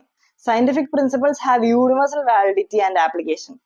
അപ്പൊ എന്താ പറയാ, scientific principle ഇന്ത്യയിലെയും യുഎസിലെയും same ആയിരിക്കോ? അല്ല എന്ന് പറയാൻ പറ്റുമോ? പറ്റില്ല. കാരണം സെയിം ആണ്, സയന്റിഫിക് പ്രിൻസിപ്പിൾസ് എല്ലായിടത്തും സെയിം ആണ്. സയന്റിഫിക് പ്രിൻസിപ്പിൾസ് യൂണിവേഴ്സൽ വാലിഡിറ്റി ഉണ്ട് അവർക്ക്. മനസ്സിലായ? യൂണിവേഴ്സൽ എവിടെ ആയാലും എന്തായാലും സയന്റിഫിക് പ്രിൻസിപ്പിൾസ് യൂണിവേഴ്സൽ വാലിഡിറ്റി ഉണ്ട്, യൂണിവേഴ്സലി യൂസ് ചെയ്യാൻ പറ്റും. പിന്നെ അടുത്തത്, okay, based on features we can see management has some characteristics of science. ഇതൊക്കെ വെച്ച് നോക്കുമ്പോൾ നമുക്ക് മാനേജ്മെന്റിൽ കുറച്ച് ക്യാരക്ടറിസ്റ്റിക്സ് ഒക്കെ ഉണ്ടെന്ന് പറയാം. ഇനി എന്താ നോക്കാം. Management has A systematic body of knowledge. മറ്റേ സയൻസിൽ എന്താ ഉള്ളത്? ഒരു സിസ്റ്റമാറ്റിക് ബോഡി ഓഫ് നോളജ്. അതുപോലെ മാനേജ്മെന്റ് എന്താ ഉള്ളത്? ഒരു സിസ്റ്റമാറ്റിക് ബോഡി ഓഫ് നോളജ് ഉണ്ട്. It has its own theory and principles that have developed over a period of time. Like all other organized activity, management has its own vocabulary of terms and concepts. അപ്പൊ management സ്വന്തമായിട്ട് തിയറിയും ഉണ്ട്, principles ഉണ്ട്, that have developed over a period of time. Over a period of time develop ചെയ്ത കുറച്ച് തിയറിയും principles എല്ലാം ഉണ്ട്. Like all other organized activity, management has its own vocabulary of terms and concepts. അപ്പൊ ഇതിന് എന്താ മനസ്സിലായി? മാനേജ്മെന്റിനും അതിൻ്റെതായ സിസ്റ്റമാറ്റിക് ബോഡി ഓഫ് നോളജ് ഉണ്ട്, സയൻസ് പോലെ തന്നെ. For example, all of us discuss sports like cricket and soccer using a common vocabulary. The players also use these terms to communicate with each other. Similarly, managers need to communicate with one another with the help of a common vocabulary for a better understanding of their work situation. ഇപ്പൊ ക്രിക്കറ്റിലായാലും ഫുട്ബോളിലായാലും players അങ്ങോട്ടും ഇങ്ങോട്ടും സംസാരിക്കുമ്പോൾ ഓരോരോ key words അല്ലെങ്കിൽ അങ്ങനത്തെ കുറച്ച് terms ഒക്കെ ഉണ്ടാവും. പിന്നെ പ്ലേയേഴ്സ് മാത്രമല്ല, ആ ഒരു ഗെയിമിനെ പറ്റി പറയുമ്പോൾ ഇപ്പം അത് കാണാൻ പോണവരായാലും ഓരോരോ ടേംസ് ഒക്കെ യൂസ് ചെയ്യും. അതേപോലെ മാനേജ്മെന്റിലും മാനേജേഴ്സ് എന്താ യൂസ് ചെയ്യണം? മാനേജേഴ്സിനും അവരുടേതായ വൊക്കാബുലറി ഒക്കെ ഉണ്ട്. ഓക്കെ, അതാണ് management has a system body of നോളജിൽ പഠിക്കാനുള്ളത്. The principles of management has evolved over a period of time based on repeated experimentation and observation in different types of organization. Management principles repeated, science പോലെ തന്നെ repeated ആയിട്ട് experiment ചെയ്ത് develop ചെയ്തതാണ്. However, since management deals with human beings and human behavior, outcomes of these experiments are not capable of being accurate, predicted or replicated. അപ്പൊ scientific principles പോലെ management principles അങ്ങനെ എല്ലായിടത്തും ഒരേപോലെ അപ്ലൈ ചെയ്യാൻ പറ്റില്ല. അപ്ലൈ ചെയ്താൽ തന്നെ ഒരേ റിസൾട്ട് ആയിരിക്കില്ല. കാരണം എന്താ? Management deals with human beings പല പല നേച്ചറുള്ളവർ, പല പല കോംപ്ലക്സ് നേച്ചറുള്ളവരായിരിക്കും. അപ്പൊ ഓരോരുത്തർക്ക് ഇപ്പൊ ഒരാൾക്ക് ഇതാണ് മോട്ടിവേഷൻ എങ്കിൽ, ഒരാൾക്ക് ഇപ്പൊ ഒരു കാർ വാങ്ങിക്കാനാണ് മോട്ടിവേഷൻ എങ്കിൽ ഒരാളുടെ മോട്ടിവേഷൻ എന്തായിരിക്കും? ഒരു ഹൗസ് വെക്കലായിരിക്കും. പലവർക്കും പല പല ഐഡിയാസ്, പല പല വിഷ്, അങ്ങനെ അതൊക്കെയാണ്. അപ്പൊ ഓരോരുത്തർക്കും ഓരോ ഐഡിയ ആയതുകൊണ്ട്, ഓരോരുത്തരും ഓരോ ടൈപ്സ് ആയതുകൊണ്ട് മാനേജ്മെന്റ് പ്രിൻസിപ്പിൾസ് ആക്യുറേറ്റ് ആയിട്ട് നമുക്ക് അപ്ലൈ ചെയ്യാൻ പറ്റില്ല. Therefore, management can be called an inexact science. Correct science അല്ല, പക്ഷെ ഒരു ഇൻഎക്സാക്ട് സയൻസ്. എക്സാക്ട് സയൻസ് അല്ല, പക്ഷെ ഇൻഎക്സാക്ട് സയൻസ്. അതാണ് ഇവിടെ പറയണേ. അടുത്തത്, since the principles of management are not as exact as principles of science, their application and use is not universal. അപ്പൊ നേരത്തെ നമ്മൾ എന്താ പഠിച്ചേ, ഹ്യൂമൻ ബീങ്സ് ആയിട്ട് ഡീൽ ചെയ്യുന്നതുകൊണ്ട് ഇത് എക്സാക്ട് അല്ല, അതേപോലെ തന്നെ നടക്കൂല, ഇൻഎക്സാക്ട് ആണ്. അതുകൊണ്ട് എന്താ science since the principles of management are not as exact as the principles of science, their application and use is not universal. അവരുടെ ആപ്ലിക്കേഷനും യൂസും യൂണിവേഴ്സൽ അല്ല. Application and they have to be modified according to given situation. ഓരോ situation അനുസരിച്ച് ആ ഒരു principles modify ചെയ്യണം. However, they provide managers with certain standardized techniques that can be used in different situations. പക്ഷെ എന്നാലും ഒരു സ്റ്റാൻഡേർഡ് ആയിട്ട് ഓരോ ടെക്നിക്സ് അവർക്ക് കൊടുക്കും, എങ്ങനെയൊക്കെ ഈ സിറ്റുവേഷൻസ് ആയിട്ട് ഡീൽ ചെയ്യേണ്ടതെന്ന് ഒരു ഐഡിയ കൊടുക്കും. ആ ഒരു ഐഡിയ ഡെവലപ്പ് ചെയ്ത് മോഡിഫൈ ചെയ്ത് ഓരോ സിറ്റുവേഷനിൽ യൂസ് ചെയ്യുന്ന തരാം മാനേജേഴ്സ് ആണ്. അപ്പൊ മാനേജ്മെന്റ് നമുക്കൊരു ഇൻഎക്സാക്ട് സയൻസ് എന്ന് പറയാം. ഇത്രയാണ് മാനേജ്മെന്റ് ആസ് എ സയൻസ്. ഭയങ്കര ഈസി അല്ലേ? ഇനി അടുത്താണ് മാനേജ്മെന്റ് ആസ് പ്രൊഫഷൻ. ഇത് ഏറ്റവും easy. Management as A profession, നമുക്കിത് ജസ്റ്റ് ഒന്ന് മനസ്സിലാക്കാം ആദ്യം. നിങ്ങൾക്ക് ഇപ്പൊ ഒരു അഡ്വക്കേറ്റ് ആവണം, അല്ലെങ്കിൽ ഒരു ഡോക്ടർ ആവണം. ഒന്ന് ആലോചിച്ച് നോക്കിയേ, എന്തൊക്കെ ചെയ്യണം? നിങ്ങൾ ഒരു അഡ്വക്കേറ്റ് അല്ലെങ്കിൽ ഡോക്ടർ ആവണമെങ്കിൽ എന്തൊക്കെ ചെയ്യണം? ആദ്യം ആ ഒരു ഏരിയനെ പറ്റി പഠിക്കണ്ടേ, അതിലെന്തൊക്കെയാ ഉള്ളത്, അതിനെ പറ്റിയുള്ള എല്ലാ നോളജും വേണ്ടേ? പിന്നെ നോളജ് ഒക്കെ കിട്ടി, എല്ലാം കഴിഞ്ഞ് പിന്നെ അത് കഴിഞ്ഞാൽ എന്താ, നിങ്ങൾക്ക് ഡയറക്റ്റ് ആ ജോലിയിലേക്ക് കയറാൻ പറ്റുമോ? ഇപ്പൊ ഡോക്ടർ ആവണമെങ്കിലും അതോ അഡ്വക്കേറ്റ് ആവണമെങ്കിലും നിങ്ങൾക്ക് ഡയറക്റ്റ് ആ ജോബിലേക്ക് കയറാൻ പറ്റുമോ? ഇല്ല. അങ്ങോട്ടുള്ള എൻട്രി റെസ്ട്രിക്റ്റഡ് ആണ്. ഓരോരോ എക്സാമിനേഷൻസ് പാസ് ചെയ്ത് ഓരോരോ ഡിഗ്രീസ് ഒക്കെ എടുത്തെങ്കിൽ മാത്രമാണ് നമുക്ക് ആ ഒരു ജോബിൽ കയറാൻ പറ്റുള്ളൂ. പിന്നെ അടുത്തത്, ഓക്കെ, ജോബിൽ കയറി കഴിഞ്ഞാൽ പിന്നെന്താ, വേറെന്താ ഉള്ളേ? പ്രൊഫഷണൽ അസോസിയേഷൻ ഉണ്ടാവൂലേ? ആ ജോബിനകത്ത് തന്നെ ഉള്ളവരെല്ലാരും, ആ ഒരു ഏരിയയിലുള്ളവരെല്ലാവരും ഒരു അസോസിയേഷൻ ഫോം ചെയ്യൂലേ? അങ്ങനെ ഒരു പ്രൊഫഷണൽ അസോസിയേഷൻ ഉണ്ടാവും. പിന്നെ അത് കഴിയുമ്പോ ആ ഒരു ജോബിലുള്ളവർക്ക് കുറച്ച് എത്തിക്കൽ കോഡ് ഓഫ് കണ്ടക്ട് ഒക്കെ ഉണ്ടാവൂലേ? ഓരോ ഇപ്പൊ ഒരു അഡ്വക്കേറ്റിന്റെ കാര്യമാണെങ്കിൽ ടുവേർഡ്സ് ക്ലൈന്റ് എങ്ങനെ ബിഹേവ് ചെയ്യണ്ടേ, ടുവേർഡ്സ് കോർട്ട് എങ്ങനെ ബിഹേവ് ചെയ്യണ്ടേ, അങ്ങനെല്ലാം കുറച്ച് കോഡ് ഓഫ് കണ്ടക്ട് ഉണ്ടാവൂലേ? പിന്നെ അതും കഴിഞ്ഞ് എത്തിക്കൽ കോഡ് ഓഫ് കണ്ടക്ട്. ഇനി അവരുടെ മോട്ടീവ് എന്താ?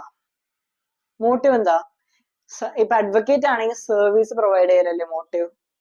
അങ്ങനെ ഓരോ ജോബിനും ഓരോരോ കാര്യങ്ങളുണ്ട്. അപ്പൊ നമ്മൾ പ്രൊഫഷന്റെ കാര്യം, മാനേജ്മെന്റ് ആസ് എ പ്രൊഫഷൻ ആണ് നമ്മൾ ഇനി നോക്കാൻ പോണേ. അപ്പൊ പ്രൊഫഷന്റെ ബേസിക് ഐഡിയ ജസ്റ്റ് ഒന്ന് കിട്ടിയില്ലേ? ആദ്യം എന്താ, well defined body of knowledge അല്ലേ? അതെ, കാരണം നമുക്കൊരു നോളജ് വേണം. Well defined body of knowledge. All professions are based on a well defined body of knowledge that can be acquired through instruction. ആദ്യം well defined body of knowledge, നമുക്ക് knowledge വേണം. അടുത്തത് restricted entry. ഞാൻ പറഞ്ഞ പോലെ നിങ്ങൾക്ക് direct ആ degree അല്ലെങ്കിൽ ഡയറക്റ്റ് ആ നോളജ് കിട്ടിയെന്ന് പറഞ്ഞ് കയറാൻ പറ്റുമോ? ഇല്ല. The entry to a profession is restricted through an examination or through an acquiring an education degree. For example, to become a chartered accountant in India, a candidate has to clear a specified examination conducted by the Institute of Chartered Accountants of India. അപ്പൊ ഒരു chartered accountant ആവണമെങ്കിൽ എന്താ, ആ ഒരു examination പാസ്സായാൽ മാത്രമാണ് chartered accountant ആവാൻ പറ്റുള്ളൂ. അടുത്തത് professional association. All professions are attained to a professional association which regulates entry, grants certificate of practice, formulates and enforces code of conduct. ഇവർക്ക് എല്ലാവർക്കും ഒരു പ്രൊഫഷണൽ അസോസിയേഷൻ ഉണ്ടാവും. ഈ പ്രൊഫഷണൽ അസോസിയേഷൻ ആണ് ഇവരെങ്ങനെ ബിഹേവ് ചെയ്യേണ്ടത്, ഇവർക്ക് എൻട്രി കൊടുക്കുന്നത്, ഇവർക്ക് എന്താ പ്രാക്ടീസ് ചെയ്യാനുള്ള അതോറിറ്റി കൊടുക്കുന്നത് എല്ലാം ഈ പ്രൊഫഷണൽ അസോസിയേഷൻ ആണ്. To be able to practice in India, lawyers have to become members of the Bar Council which regulates and controls their activities. ഇന്ത്യയിൽ ലോയർ ആവണമെങ്കിൽ എന്താ, അഡ്വക്കേറ്റ് ആവണമെങ്കിൽ എന്താ, ബാർ കൗൺസിൽ മെമ്പർ ആയിരിക്കണം. പിന്നെ അടുത്താണ് ethical code of conduct. All professions are bound by a code of conduct which guides the behavior of its members. All doctors, for example, take the oath of ethical practice at the time they enter the profession. ഓരോ profession ethical code of conduct ഉണ്ട്, അവർ behave ചെയ്യേണ്ട ഒരു code of conduct ഒക്കെ ഉണ്ട്. അതാണ് അത്രേ ഉള്ളൂ. അടുത്താണ് service motive. The basic motive of a profession is to serve their clients' interest by rendering dedicated and committed service. ഒരു പ്രൊഫഷന്റെ ജോബ് എന്താ, ഒരു പ്രൊഫഷന്റെ എയിം എന്താ? ഇപ്പൊ ഒരു അഡ്വക്കേറ്റ് ആണെങ്കിൽ എന്താ, അവരുടെ ക്ലയന്റിന് ജസ്റ്റിസ് വാങ്ങിച്ചു കൊടുക്കാം. ഒരു ഡോക്ടർ ആണെങ്കിൽ എന്താ, അവരുടെ പേഷ്യന്റിന് ട്രീറ്റ്മെന്റ് കൊടുക്കുക, അവരെ അവരുടെ നോർമൽ ലൈഫിലേക്ക് തിരിച്ചു കൊണ്ടുവരിക. അതാണ് ഡോക്ടർ ചെയ്യുന്നത്. ജസ്റ്റിസ് കൊടുക്കലാണ് അഡ്വക്കേറ്റ് ചെയ്യുന്നത്. അപ്പൊ ഇതൊക്കെയാണ് അവരുടെ മോട്ടീവ്. അപ്പൊ ഇവരുടെ മോട്ടീവ് എന്താ, സർവീസ് മോട്ടീവ് ആണ്. ഇപ്പൊ തന്നെ പ്രൊഫഷന് ഒരു നല്ല അടിപൊളി ഐഡിയ കിട്ടിയില്ലേ? ഇനി അടുത്തതാണ് മാനേജ്മെന്റ് പ്രൊഫഷൻ ആയിട്ട് എങ്ങനെ relation. Management does not meet the exact criteria of profession. However, it does have some of the features of a profession. Overall, അപ്പൊ ഫസ്റ്റ് ഐഡിയ എന്തായിരുന്നു, ഫസ്റ്റ് എന്താ പ്രിൻസിപ്പൾ എന്തായിരുന്നു ഇതില്, ഫസ്റ്റ് എന്തായിരുന്നു ഒന്ന് ആലോചിച്ച് നോക്കി. എന്തായിരുന്നു മറന്നുപോയല്ല. Systematic body of knowledge. അപ്പൊ ഇവിടെ എന്താ, അല്ല, well defined body of knowledge ആയിരുന്നു. All over the world, there is a marked growth in management as a discipline. It is based on a systematic body of knowledge comprising well-defined principles based on variety of business situations. അപ്പൊ മാനേജ്മെന്റിലും ഈ first പറഞ്ഞ condition ഉണ്ടോ, well defined body of knowledge ഉണ്ടോ? ഉണ്ട്. These knowledge can be acquired at different colleges and professional institutes and through a number of books and journals. The subject of management is taught at different institutions. Some of these have been set up with the specific purpose of providing management education, such as the Indian Institute of Management. ഇങ്ങനെ പല പല institution ഉണ്ട് ഇവർക്ക് ഈ knowledge ഒക്കെ കൊടുക്കുന്നത്. ആയിട്ട് പല ഇൻസ്റ്റിറ്റ്യൂഷൻ ഉണ്ട്, പല കോളേജസ് ഉണ്ട്, പല എഡ്യൂക്കേഷൻ സംഭവങ്ങളുണ്ട്. ഓക്കെ, അതാണ് നമ്മുടെ ഫസ്റ്റ് കണ്ടീഷൻ. ഇനി അത് കഴിഞ്ഞു അടുത്താണ് there is no restriction on anyone being designated or appointed as manager in business enterprise. അപ്പൊ നമ്മുടെ സെക്കൻഡ് പോയിന്റ് എന്തായിരുന്നു, പ്രൊഫഷനിലെ സെക്കൻഡ് പോയിന്റ് എന്തായിരുന്നു, റെസ്ട്രിക്റ്റഡ് എൻട്രി ആണെന്ന്. പക്ഷെ ഇവിടെ ഒന്ന് നോക്കി, മാനേജ്മെന്റിൽ റെസ്ട്രിക്റ്റഡ് എൻട്രി ആണോ? there is no restriction on anyone being designated or appointed as a manager in any business enterprise. Anyone can be called a manager irrespective of the educational qualification possessed. Unlike professions such as medicine or law, this requires a practicing doctor or lawyer to possess valid degree. Nowhere in the world is mandatory for a manager to possess any such. Okay, നമ്മുടെ അഡ്വക്കേറ്റിനായാലും ലോയേഴ്സിനായാലും അതോ ഡോക്ടേഴ്സിനായാലും ഇവർക്ക് എല്ലാവർക്കും ആ ഒരു degree വേണം practice ചെയ്യാനായിട്ട്. പക്ഷെ മാനേജേഴ്സിന് അതൊന്നും ആവശ്യമില്ല, വേൾഡിലെങ്ങും ഇതിന്റെ ആവശ്യമില്ല. ഇപ്പൊ ഒരു ബേസിക് എക്സാമ്പിൾ പറഞ്ഞാൽ, നിങ്ങളുടെ ഫാദർ ഇപ്പൊ ഒരു ബിസിനസ് മാൻ ആണെങ്കിൽ നിങ്ങൾക്ക് ഒരു 18 ഒക്കെ കഴിയുമ്പോൾ, അല്ലെങ്കിൽ ഫാദർ പറയുമ്പോൾ നിങ്ങൾക്ക് ആ ബിസിനസ്സിലേക്ക് കയറാം, ആ ബിസിനസിന്റെ മാനേജർ ആവാം, ഒരു റെസ്ട്രിക്ഷനും ഇല്ല. But professional knowledge and training is considered to be desirable qualification, since there is a greater demand for those who possess degree or diplomas from the reputed institution. There are such, the second criteria has not been strictly met. അപ്പൊ second criterion strictly met ആയിട്ടില്ല, meet ആയിട്ടില്ല. എന്തുകൊണ്ടാ? Restricted entry അല്ല. മറ്റേ professional എന്താ, restricted entry ആണ്. Okay, അപ്പൊ second clear ആയി. ഇനി തേർഡ് വണ്ണാണ് നമ്മുടെ പ്രൊഫഷണൽ എന്തായിരുന്നു, തേർഡ് വൺ എന്തായിരുന്നു, പ്രൊഫഷണൽ അസോസിയേഷൻ. ഇനി മാനേജ്മെന്റ് എങ്ങനെ നോക്കാം. There are several associations of practicing managers in India, like AIMA, All India Management Association, has laid down a code of conduct to regulate the activities of their members. There is, however, no compulsion for managers to be members of such an association, nor does it have a statutory backing.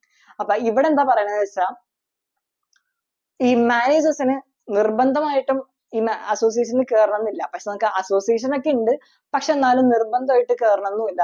ഈ ഒരു അസോസിയേഷന് statutory ബാക്കിങ്ങും ഇല്ല. Statutory backing എന്ന് വെച്ചാൽ law ആയിട്ട് protect ചെയ്യണില്ല എന്നാണ് പറയുന്നത്. ഇനി അടുത്തത്, the basic purpose of management is to help the organization achieve its stated goal. This may be profit maximization for a business enterprise and service for a hospital. അപ്പൊ ഒരു ബേസിക് പർപ്പസ് ഓഫ് മാനേജ്മെന്റ് എന്താ, organisational goal achieve ചെയ്യണമെന്ന. ഇവിടെ service motive അല്ല. Professional എന്താ, നമ്മുടെ service motive ആണ്. അപ്പൊ basic purpose of management is to help the organization achieve its stated goal. This may be profit maximization for a business enterprise and service for a hospital. However, profit maximization as objective of management does not hold true and fast changing. Therefore, if an organization has a good management team that is efficient and effective, it automatically serves society by providing good quality product at reasonable prices. ഇതാണ് service motive management ആയിട്ടുള്ള relation. ഇപ്പൊ മാനേജ്മെന്റും പ്രൊഫഷനും തമ്മിലുള്ള relation അത്യാവശ്യം നന്നായിട്ട് clear ആയെന്ന് വിചാരിക്കുന്നു. അതിന്റെ പിന്നെ ഭയങ്കര ഈസി മനസ്സിലാക്കിയാ പോരെ, പ്രൊഫഷൻ എന്താന്ന് മനസ്സിലാക്കുക, എന്നിട്ട് അത് കഴിഞ്ഞിട്ട് മാനേജ്മെന്റിലും പ്രൊഫഷനിലും എന്തൊക്കെ ഉണ്ടെന്ന് മനസ്സിലാക്കുക. എന്തൊരു ഈസിയാ. ഇപ്പൊ ഒരു വലിയൊരു പാർട്ട് അങ്ങ് കഴിയും. ഇനി അടുത്താണ് levels of management. Levels of management നിങ്ങളൊന്ന് ഒരാശം കേട്ടാൽ നിങ്ങൾക്ക് ഫുള്ള് ഓർമ്മ കിട്ടും. അത്രയ്ക്ക് സിമ്പിൾ സംഭവം. റെക്കോർഡ് ആവുന്നുണ്ട്.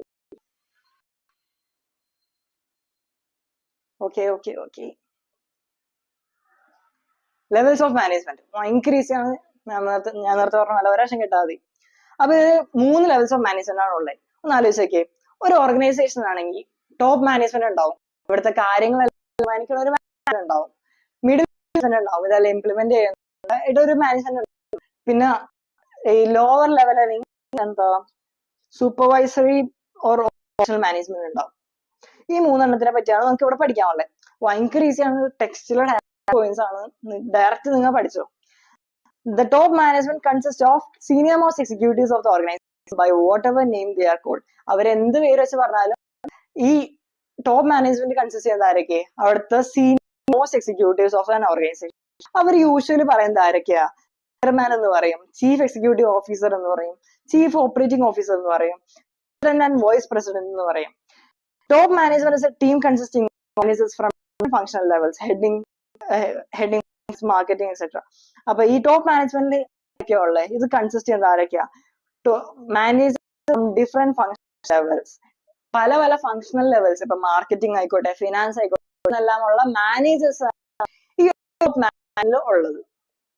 Four example chief officer, vice president, their basic task is to integrate diverse elements and coordinate the activities of different departments. ഇതൊന്നും ഇമ്പോർട്ടന്റ് അല്ല. These top level managers are responsible for welfare and survival of organization. ഇത് ഭയങ്കര important ആണ്, ഏറ്റവും main point ആണ്. ഈ managers ആണ് growth reason. These top level managers are responsible for the welfare and survival of the organization. They analyze the business environment and implication for the survival of the firm. അവർ business analyse ചെയ്യുന്നതും അതിന് implication survival ചെയ്യണം എന്താ ഈ top level management. They follow the overall organization goals and strategies for the achievement. They are responsible for all aspects of the business and for its impact on. ഇവരാണ് ഈ ഒരു business കാരണം എന്തുണ്ട് ഇതിൽ responsible ആരാ? ടോപ്പ് ലെവൽ മാനേജ്മെന്റ് ആണ്.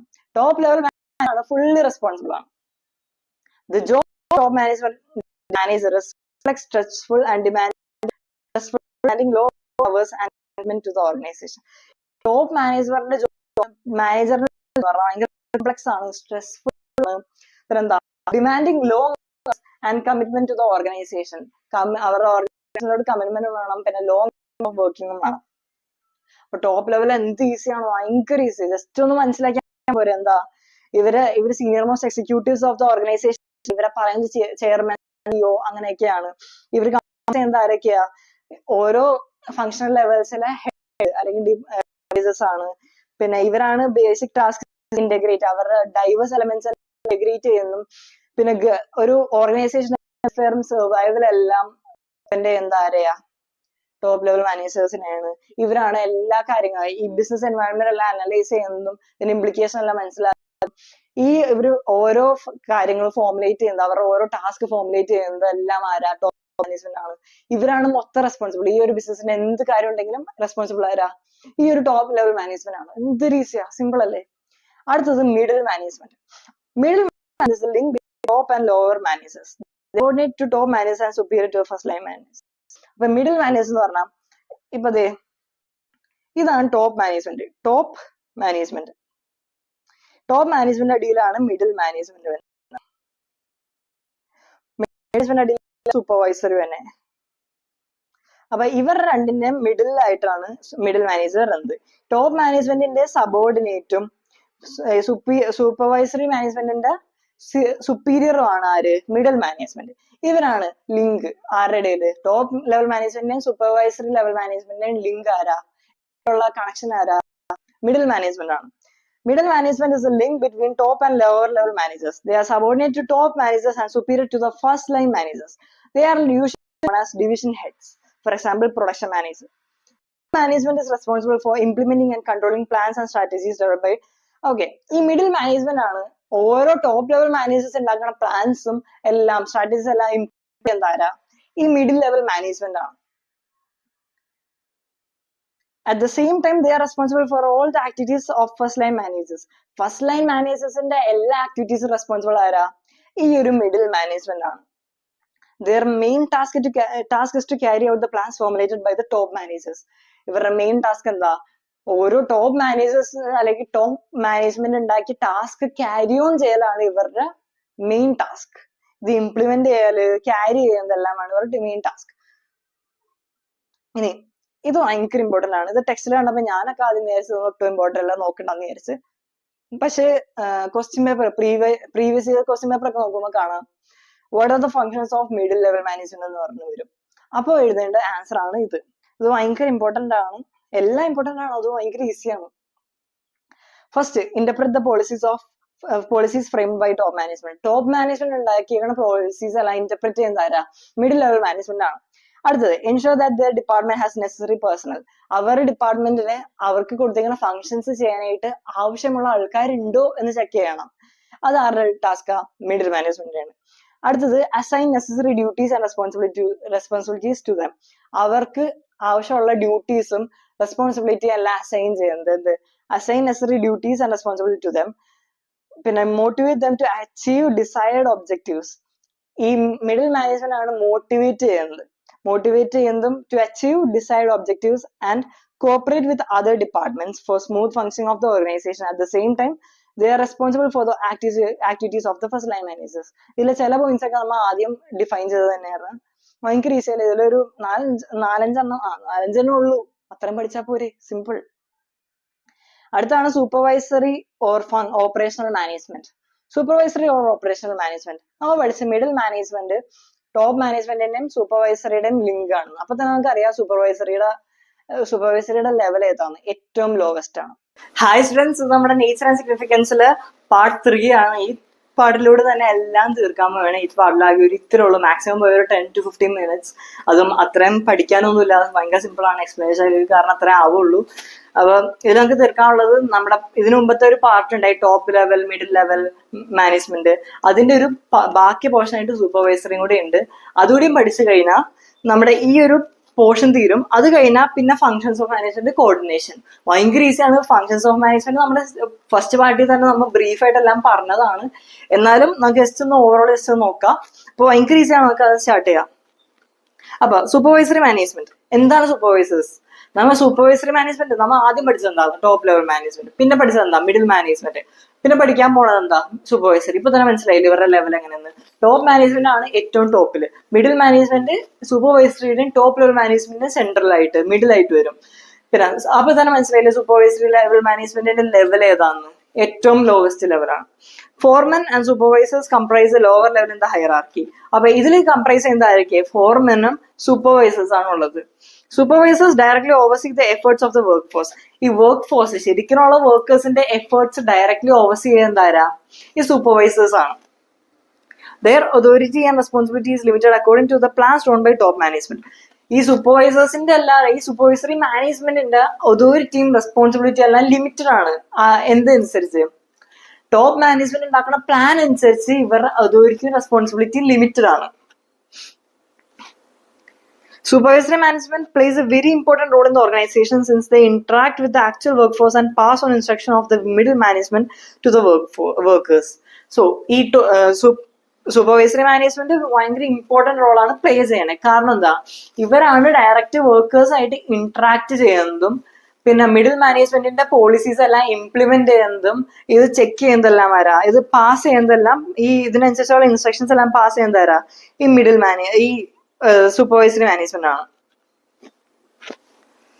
അപ്പൊ ഇവിടെ എന്താ പറയുക? Supervisory management plays a very important role in the organisation since they interact with the actual workforce and pass on instruction of the middle management to the workers. Through their efforts, quality of output is maintained, wastage of materials is minimized and safety standards are maintained. അപ്പൊ ഇവരുടെ എല്ലാവരുടെ ഈ supervisory മാനേജ്മെന്റിന്റെ efforts കാരണമാണ് എന്ത്? ഔട്ട്പുട്ടിന്റെ quality maintain ചെയ്യുന്നതും wastage of material minimise ചെയ്യുന്നതും സേഫ്റ്റി സ്റ്റാൻഡേർഡ്സ് എല്ലാം മെയിൻറ്റെയിൻ ചെയ്യുന്നത്. കാരണം ഓരോന്ന് ഉണ്ടാക്കുമ്പോൾ തന്നെ ഇവരുടെ വർക്കേഴ്സ് ഓരോ വർക്ക് ചെയ്യുമ്പോൾ തന്നെ ഇവരെ സൂപ്പർവൈസ് ചെയ്ത് ഇവരായിട്ട് ഇന്ററാക്ട് ചെയ്ത് ഇവരെന്താ ചെയ്യണമെന്നെല്ലാം നോക്കി ഇവരെന്തെങ്കിലും വേസ്റ്റേജ് ചെയ്യണ്ടോ അതോ ഇവര് കൊടുക്കണ ക്വാളിറ്റിയേക്കാളും കുറവായിട്ടാണോ ക്വാളിറ്റിയിൽ പ്രൊഡ്യൂസ് ചെയ്യണേ, ഇതെല്ലാം ചെക്ക് ചെയ്ത് അതുകൊണ്ട് സൂപ്പർവൈസറി മാനേജ്മെന്റ് ഇവിടെ ഭയങ്കര ഇമ്പോർട്ടന്റ് റോളാണ് പ്ലേ ചെയ്യണേ. The quality of workmanship and the quantity of output depends on the hard work, discipline and loyalty of the workers. അപ്പൊ അത് വലിയ ഇമ്പോർട്ടന്റ് ഇല്ല. ഇനി അടുത്തതാണ് ഫങ്ഷൻസ് ഓഫ് മാനേജ്മെന്റ്. ഇപ്പൊ നമ്മുടെ ലെവൽസ് ഓഫ് മാനേജ്മെന്റ് അങ്ങനെ അതോടുകൂടി തീർന്നു, ആ ഒരു പോർഷൻ അങ്ങ് തീർന്നു. ഇനി ഫങ്ഷൻസ് ഓഫ് മാനേജ്മെന്റ്, പിന്നെ അത് കഴിഞ്ഞാൽ എന്താ? കോർഡിനേഷൻ. ഭയങ്കര ഈസി. ഫങ്ഷൻസ് ഓഫ് മാനേജ്മെന്റ് എന്താണ്? ഫങ്ഷൻസ് ഓഫ് മാനേജ്മെന്റ് നമ്മുടെ പാർട്ട് 1 നമ്മൾ പറഞ്ഞായിരുന്നു. മാനേജ്മെന്റ് കുറച്ച് ഫങ്ഷൻസ് ഒക്കെ പ്ലേ ചെയ്യുന്നുണ്ട്. അപ്പൊ ഈ ഫങ്ഷൻസ് ആണ് planning, organising, staffing, directing, controlling. അപ്പൊ എന്താണ് ഈ ഇത് ജസ്റ്റ് ബ്രീഫായിട്ട് നോക്കാം. ഇത് എന്തൊക്കെയാണ്? പ്ലാനിങ് ഓർഗനൈസ് ഇതെല്ലാം പറഞ്ഞതാണ്, എന്നാൽ ജസ്റ്റ് ഒന്ന് ബ്രീഫ് ആയിട്ട്. Planning is a function of determining in advance what is to be done and who is to do it. This implies setting goals in advance and developing a way of achieving them efficiently and effectively. Appo planning is the function determining in advance. Advance ആയിട്ട് determine ചെയ്യണം what is to be done. എന്താണ് ചെയ്യേണ്ടത്, who is to do it, ആരാണ് ചെയ്യേണ്ടത്. This implies setting goals. അപ്പൊ ഇതിലെന്താ ഉള്ളത്, goals എന്താ അച്ചീവ് ചെയ്യേണ്ടത് നേരത്തെ അഡ്വാൻസ് ആയിട്ട് സെറ്റ് ചെയ്യലും and developing a way of achieving them efficiently and effectively. And ഈ സെറ്റ് ചെയ്ത ഗോളിനെ എഫിഷ്യൻലി ആൻഡ് എഫക്റ്റീവ്ലി അച്ചീവ് ചെയ്യാനായിട്ട് പ്ലാൻ ഉണ്ടാക്കുന്നത് ഈ ഒരു പ്രോസസ്സിനെയാണ് പ്ലാനിങ് എന്ന് പറയുന്നത്. സിമ്പിൾ അല്ലേ, ഭയങ്കര ഈസി അല്ലേ. അടുത്താണ് organising. Organizing is the management function of assigning duties, grouping tasks, establishing authority and allocation resources required to carry out a specific plan. Once a specific plan has been established for the accomplishment of an organizational goal. Okay, organizational goal. ഇപ്പൊ നമ്മൾ ഒരു ഓർഗനൈസേഷനൊക്കെ തുടങ്ങി, അടുത്ത എന്താ, organising is A management function of assigning duties assign ചെയ്യലും grouping task. ഒരേപോലെയുള്ള ഒരു നേച്ചറിലുള്ള work ഇപ്പൊ നമുക്ക് ഓർഗനൈസിങ് ചാപ്റ്ററിൽ ഡീപ്പായിട്ട് പഠിക്കാനുണ്ട്. പക്ഷെ ഇത് ജസ്റ്റ് ഒന്ന് പറയുകയാണെങ്കിൽ ഓർഗനൈസിംഗ് എന്ന് പറയുമ്പോൾ 2 ടൈപ്പ് ഉണ്ട്, ഫംഗ്ഷണലും ഡിപ്പാർട്ട്മെന്റലും. ഇപ്പൊ ഒരു പ്രൊഡക്റ്റ് ആണ് മാനുഫാക്ചർ ചെയ്യാനുള്ളൂ, ആ ഒരു ഇപ്പൊ ഈ ഒരു പെന്നാണ് മാനുഫാക്ചർ ചെയ്യണേ, ആ ഒരു കമ്പനി ഈ ഒരു പെൻ മാത്രം മാനുഫാക്ചർ ചെയ്യാനുള്ളൂ. അപ്പൊ ഈ ഒരു പെന്നിന്റെ ടോപ്പ് ഉണ്ടാക്കുന്നത് വേറെ ഡിപ്പാർട്ട്മെന്റ്, ഈ പെന്നിന്റെ വേറെ പാർട്ട് ഉണ്ട്, റബ്ബർ ഉണ്ടാക്കുന്നത് മീൻസ് ഈ പെന്നിന്റെ സാധാരണ പെന്നുകളുടെ ഈ ഇവിടെ പിടിക്കണ ഗ്രിപ്പ് ഉണ്ടല്ലോ, ആ ഗ്രിപ്പ് ഉണ്ടാക്കുന്നത് വേറെ ഡിപ്പാർട്ട്മെന്റ്, സ്റ്റിക്കർ അടിക്കുന്നത് വേറെ ഡിപ്പാർട്ട്മെന്റ്, അങ്ങനെ പല പല ഡിപ്പാർട്ട്മെന്റ്സ് ഉണ്ടാവും. അങ്ങനെ നമുക്ക് ഓർഗനൈസ് ചെയ്യാം. അല്ലെങ്കിൽ ഇപ്പൊ ഈ ഒരു പെൻ ഉണ്ടാക്കണവര് ചിലപ്പോ ഇത് സാംസങ്ങിന്റെ പെന്ന, അപ്പൊ സാംസങ്ങിന്റെ പെന്നും ഉണ്ട്, ഫോണും ഉണ്ട്, ടാബും ഉണ്ട്. അപ്പൊ ഇവര് പല പല പ്രൊഡക്ട്സ് ഉണ്ടാക്കണേ. അപ്പൊ ഇവരെന്താ ചെയ്യണേ, പെന്നിന്റെ ഡിപ്പാർട്ട്മെന്റ് എല്ലാം ഒന്നാക്കും, ടാബിന്റെ ഡിപ്പാർട്ട്മെന്റ് എല്ലാം ഒന്നാക്കും, പിന്നെന്താ ഫോണിന്റെ ഡിപ്പാർട്ട്മെന്റ്സ് എല്ലാം ഒന്നാക്കും. അപ്പൊ ഇങ്ങനെ ഒരേ നേച്ചറിലുള്ള ആക്ടിവിറ്റീസ് എല്ലാം ഗ്രൂപ്പ് ചെയ്യും. അതാണ് ഇവിടെ പറയുന്നത് ഗ്രൂപ്പിംഗ് ടാസ്ക്. ഒരേ നേച്ചറിലുള്ള ആക്ടിവിറ്റീസിനെല്ലാം ഗ്രൂപ്പ് ചെയ്യണം. അത് കഴിയുമ്പോൾ എന്താ, establishing authority and allocating resources required to carry out a specific plan. അപ്പൊ എസ്റ്റാബ്ലിഷിംഗ് അതോറിറ്റി, ആരോടാണ് റിപ്പോർട്ട് ചെയ്യേണ്ടത്, ആരോടാണ് ആരുടെ ഓർഡർ ആണ് ഫോളോ ചെയ്യേണ്ടതെന്നെല്ലാം എസ്റ്റാബ്ലിഷ് ചെയ്യുന്നത് ഈ ഓർഗനൈസിംഗ് ഫംഗ്ഷനിലൂടെയാണ്.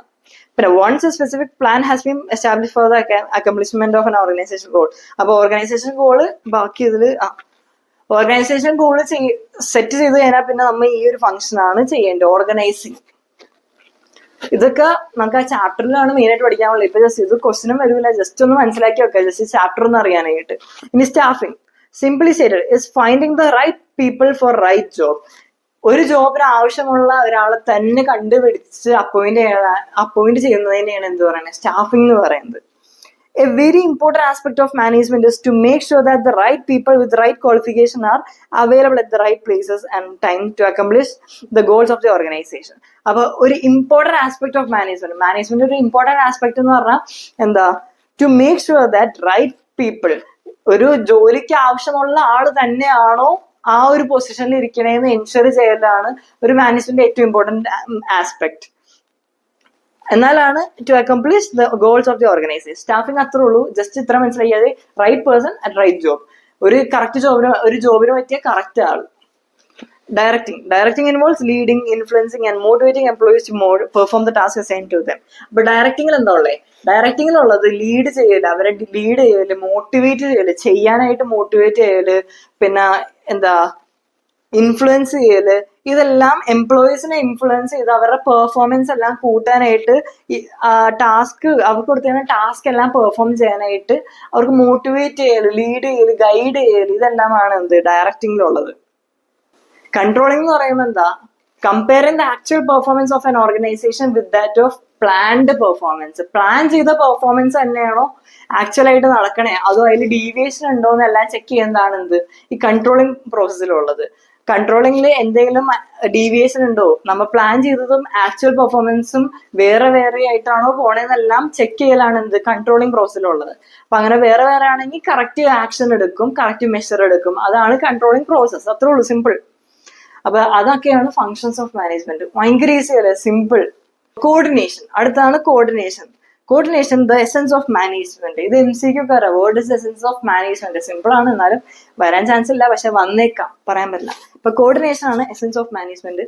അപ്പൊ കോർഡിനേഷൻ എന്താണ്? Coordination refers to the it involves synchronization of different actions or efforts of the various units of an organization. ഒരു ഓർഗനൈസേഷനിലെ പല പല യൂണിറ്റ്സിന്റെ ആക്ഷൻസും എഫേർട്സും ഇതെല്ലാം സിങ്ക്രണൈസ് ചെയ്യണ പ്രോസസ്സിനെയാണ് എന്ത്? കോർഡിനേഷൻ എന്ന് പറയുന്നത്. ഇനി എന്താണ് ഇപ്പൊ കോർഡിനേഷൻ എന്താണെന്ന് പഠിച്ചു, ഇനി കോർഡിനേഷനെ പറ്റി കുറച്ച് പഠിക്കാം. Coordination is a force that binds all other functions of management. ഇപ്പൊ കോർഡിനേഷൻ ആണ് ഒരു ഫോഴ്സ്, എന്താ എല്ലാ മാനേജ്മെന്റ് ഫങ്ഷൻസിനെ ബൈൻഡ് ചെയ്യണ ഒരു ഫോഴ്സ് ആണ് എന്ത്? Coordination. The process of coordinating the activities of N organisation begins at the planning stage itself. Coordination planning സ്റ്റേജിൽ തന്നെ തുടങ്ങും. ഒരു കാര്യം എങ്ങനെ ചെയ്യേണ്ടത്, എന്തൊക്കെയാ ചെയ്യേണ്ടത് പ്ലാൻ ചെയ്യുമ്പോൾ തന്നെ ഈ പല പല ഫങ്ഷൻസ് എങ്ങനെ കോർഡിനേറ്റ് ചെയ്യും, ആ ഒരു കോർഡിനേഷൻ ഫങ്ഷൻ അപ്പൊ തന്നെ ഫസ്റ്റ് പ്ലാനിങ് സ്റ്റേജിൽ തന്നെ സ്റ്റാർട്ട് ചെയ്യും. Top management plans for entire organization. According to these plans, the organization structure is developed and staffed. In order to ensure that these plans are executed according to the plans, directing is required. അപ്പൊ ഇതൊക്കെ just ഒന്ന് read only ആണ്. ഇതിൽ main ആയിട്ട് ഈ ഡെഫിനിഷനും ഈ ഫസ്റ്റത്തെ ഈ ഒരു point, coordination is a force that binds all of the functions, പിന്നെ process of coordination begins at the planning stage. ഇത്രയാണ് ഇതിൽ ഇമ്പോർട്ടന്റ്, ഇതും. ഇനി ഓക്കെ, ഇനി അടുത്തത് ക്യാരക്ടറിസ്റ്റിക്സ് ഓഫ് കോർഡിനേഷൻ. ഫീച്ചേഴ്സ് എന്താ? കോർഡിനേഷന്റെ ഫീച്ചേഴ്സ് എന്താ? കോർഡിനേഷൻ എത്ര ഫീച്ചേഴ്സ് ഉണ്ട്? കോർഡിനേഷൻ 6 ഫീച്ചേഴ്സ് ഉള്ളൂ. ഓക്കെ, നോക്കാം. കോർഡിനേഷൻ ഇപ്പൊ തന്നെ നിങ്ങൾക്ക് എന്താ സംഭവം എന്ന് മനസ്സിലായില്ലേ? ഇനി ഈ ഫീച്ചേഴ്സ് കൂടെ ഒന്ന് വായിക്കുമ്പോൾ തന്നെ നിങ്ങൾക്ക് ഫുൾ ഒരു ഐഡിയ കിട്ടും. ഇപ്പൊ കോർഡിനേഷൻ ഫീച്ചേഴ്സ് നോക്കിയില്ലെങ്കിലും നിങ്ങൾക്ക് അറിയാൻ പറ്റും എന്തൊക്കെയായിരിക്കും കോർഡിനേഷൻ എന്ന് പറയുമ്പോൾ എന്തൊക്കെയാണ്, എന്താണ് ഒബ്ജക്റ്റീവ്സ്, എന്താണ് ഇവർ ഉദ്ദേശിക്കുന്നത്, എന്ത് പിന്നെ ചെയ്യണേ, അതെല്ലാം നിങ്ങൾക്ക് തന്നെ ഒരു ഐഡിയ ഉണ്ടാവും. അപ്പൊ തന്നെ നിങ്ങൾക്ക് ഒരു സ്വന്തം ഫീച്ചേഴ്സ് ഉണ്ടാക്കാൻ പറ്റും. മനസ്സിലായ? അപ്പൊ ഇതുകൂടി വായിക്കുമ്പോൾ നിങ്ങൾക്ക് ഒരു ഡൗട്ടും ഇല്ലാണ്ട് ക്ലിയർ ആയിട്ട് കിട്ടുകയും ചെയ്യും. Coordination integrates group efforts. ഗ്രൂപ്പിലെ എഫേർട്സ് എല്ലാം ഇന്റഗ്രേറ്റ് ചെയ്യലാണ് കോർഡിനേഷൻ ചെയ്യണേ. Coordination unifies unrelated or diverse interest into purposeful work activity. Related അല്ലാത്ത ഡൈവേഴ്സ് വർക്കിനെ എല്ലാത്തിനെയും ഒരു പേർപ്പസ്ഫുൾ വർക്ക് ആക്കി യൂണിഫൈ ചെയ്യും. It gives a common focus to group of effort to ensure that performance is as it was planned and scheduled. അപ്പൊ ഇതെന്താ? It gives a common focus. ഒരു focus എന്താ? Group effort to ensure that performance is as plan ചെയ്ത പോലെ തന്നെയാണ് performance പോണേന്ന് focus ചെയ്യുന്നതാണ് എന്ത്? Group efforts വഴിയൊക്കെ ഈ കോർഡിനേഷൻ എൻഷുർ ചെയ്യുന്നത്. Coordination എൻഷുർസ് unity of action. Unity of action എന്താ? The purpose of coordination is to secure unity of action in the realization of a common purpose. It acts as a binding force between departments and ensures that all actions aimed at achieving the goals of the organization. So, unity of action എന്ന് പറഞ്ഞാൽ എന്താ? എല്ലാ ആക്ഷൻസും ഒരേ ഡയറക്ഷനിലേക്കാണോ പോണെന്ന് ensure ചെയ്യുക. എല്ലാ ആക്ഷൻസും goals achieve ചെയ്യാൻ തന്നെയാണോ പോണെന്ന് എൻഷുർ ചെയ്യും. ആര്? കോർഡിനേഷൻ. അപ്പൊ കോർഡിനേഷൻ എൻഷുർസ് യൂണിറ്റി ഓഫ് ആക്ഷൻ. അപ്പൊ പല പല ഡിപ്പാർട്ട്മെന്റ്സും പല പല യൂണിറ്റ്സ് എല്ലാം ഉണ്ടാവും. ഇവരെല്ലാവരുടെ ആക്ഷനും ആ ഓർഗനൈസേഷണൽ ഗോൾസ് അച്ചീവ് ചെയ്യാൻ തന്നെയാണോ പോണേ എന്ന് ചെക്ക് ചെയ്യുക, എൻഷുർ ചെയ്യലാണ് ആര്?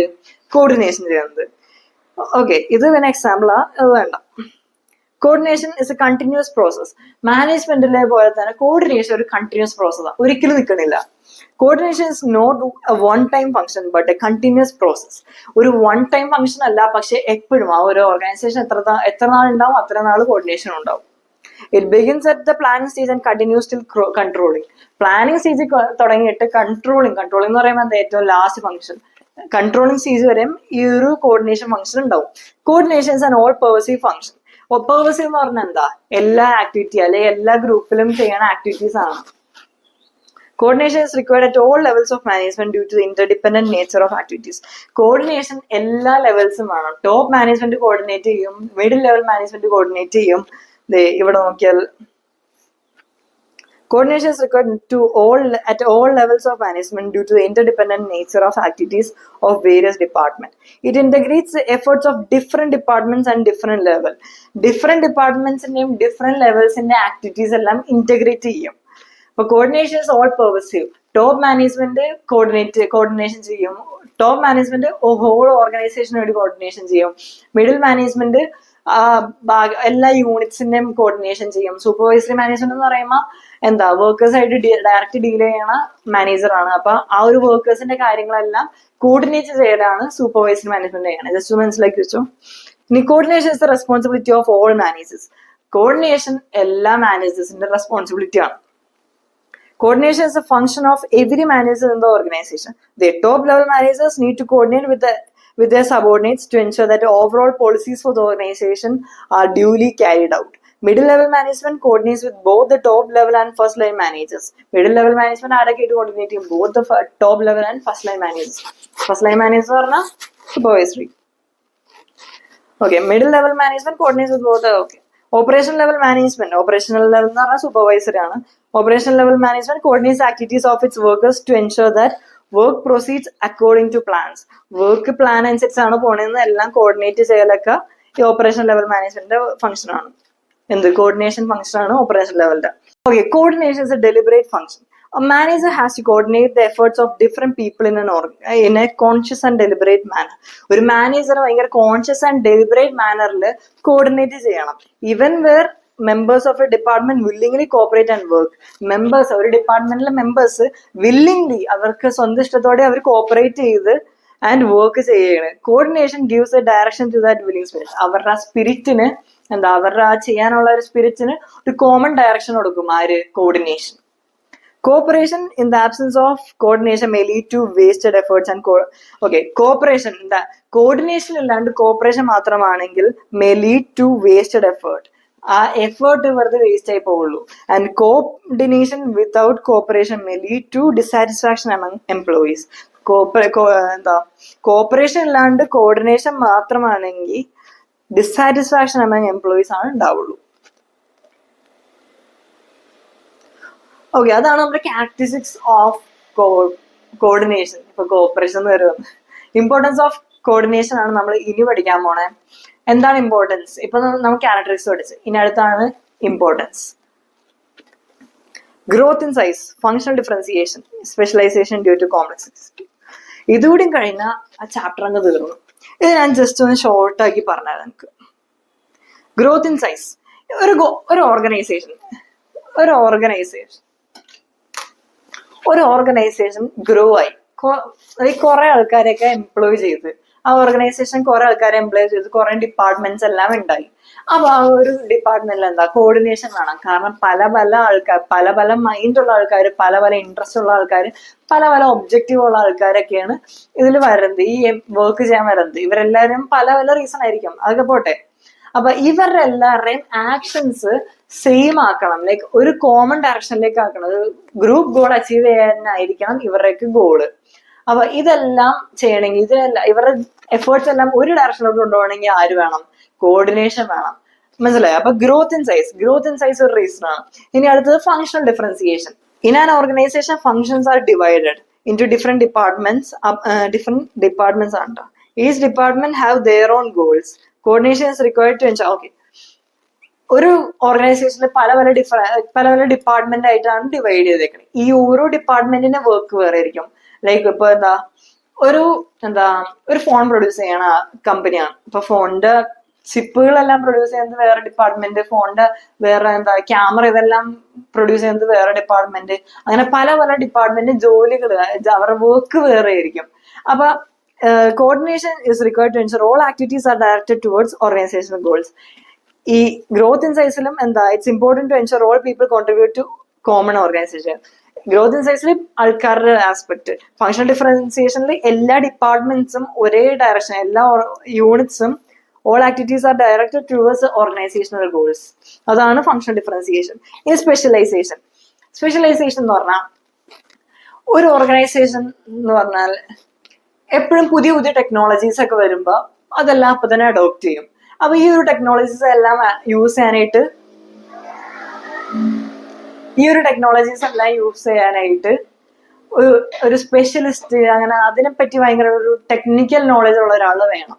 അപ്പൊ ഈ സ്പെഷ്യലിസ്റ്റിനെയൊക്കെ ഹയർ ചെയ്യുമ്പോൾ എന്താ പ്രശ്നം വെച്ചാൽ അവർ വിചാരിക്കും അവർക്ക് മാത്രമാണ് ഇതിനെപ്പറ്റി വലിയ ഐഡിയ ഉള്ളൂ, ഇവരിനെ ആരോടും ചോദിക്കേണ്ട ആവശ്യമില്ല, അവർക്ക് സ്വന്തമായിട്ട് ഡിസൈഡ് ചെയ്യാന്നെല്ലാം അങ്ങനെ ഒരു മൈൻഡിലൊരു അസംഷൻ ഉണ്ടാവും. മനസ്സിലായോ? അപ്പൊ ആ ഒരു അസംഷൻ കാരണം അവര് വേറെ ആൾക്കാരോട് ചോദിക്കൂല, അങ്ങനെ ഒരു ക്ലാഷ് ഉണ്ടാവും.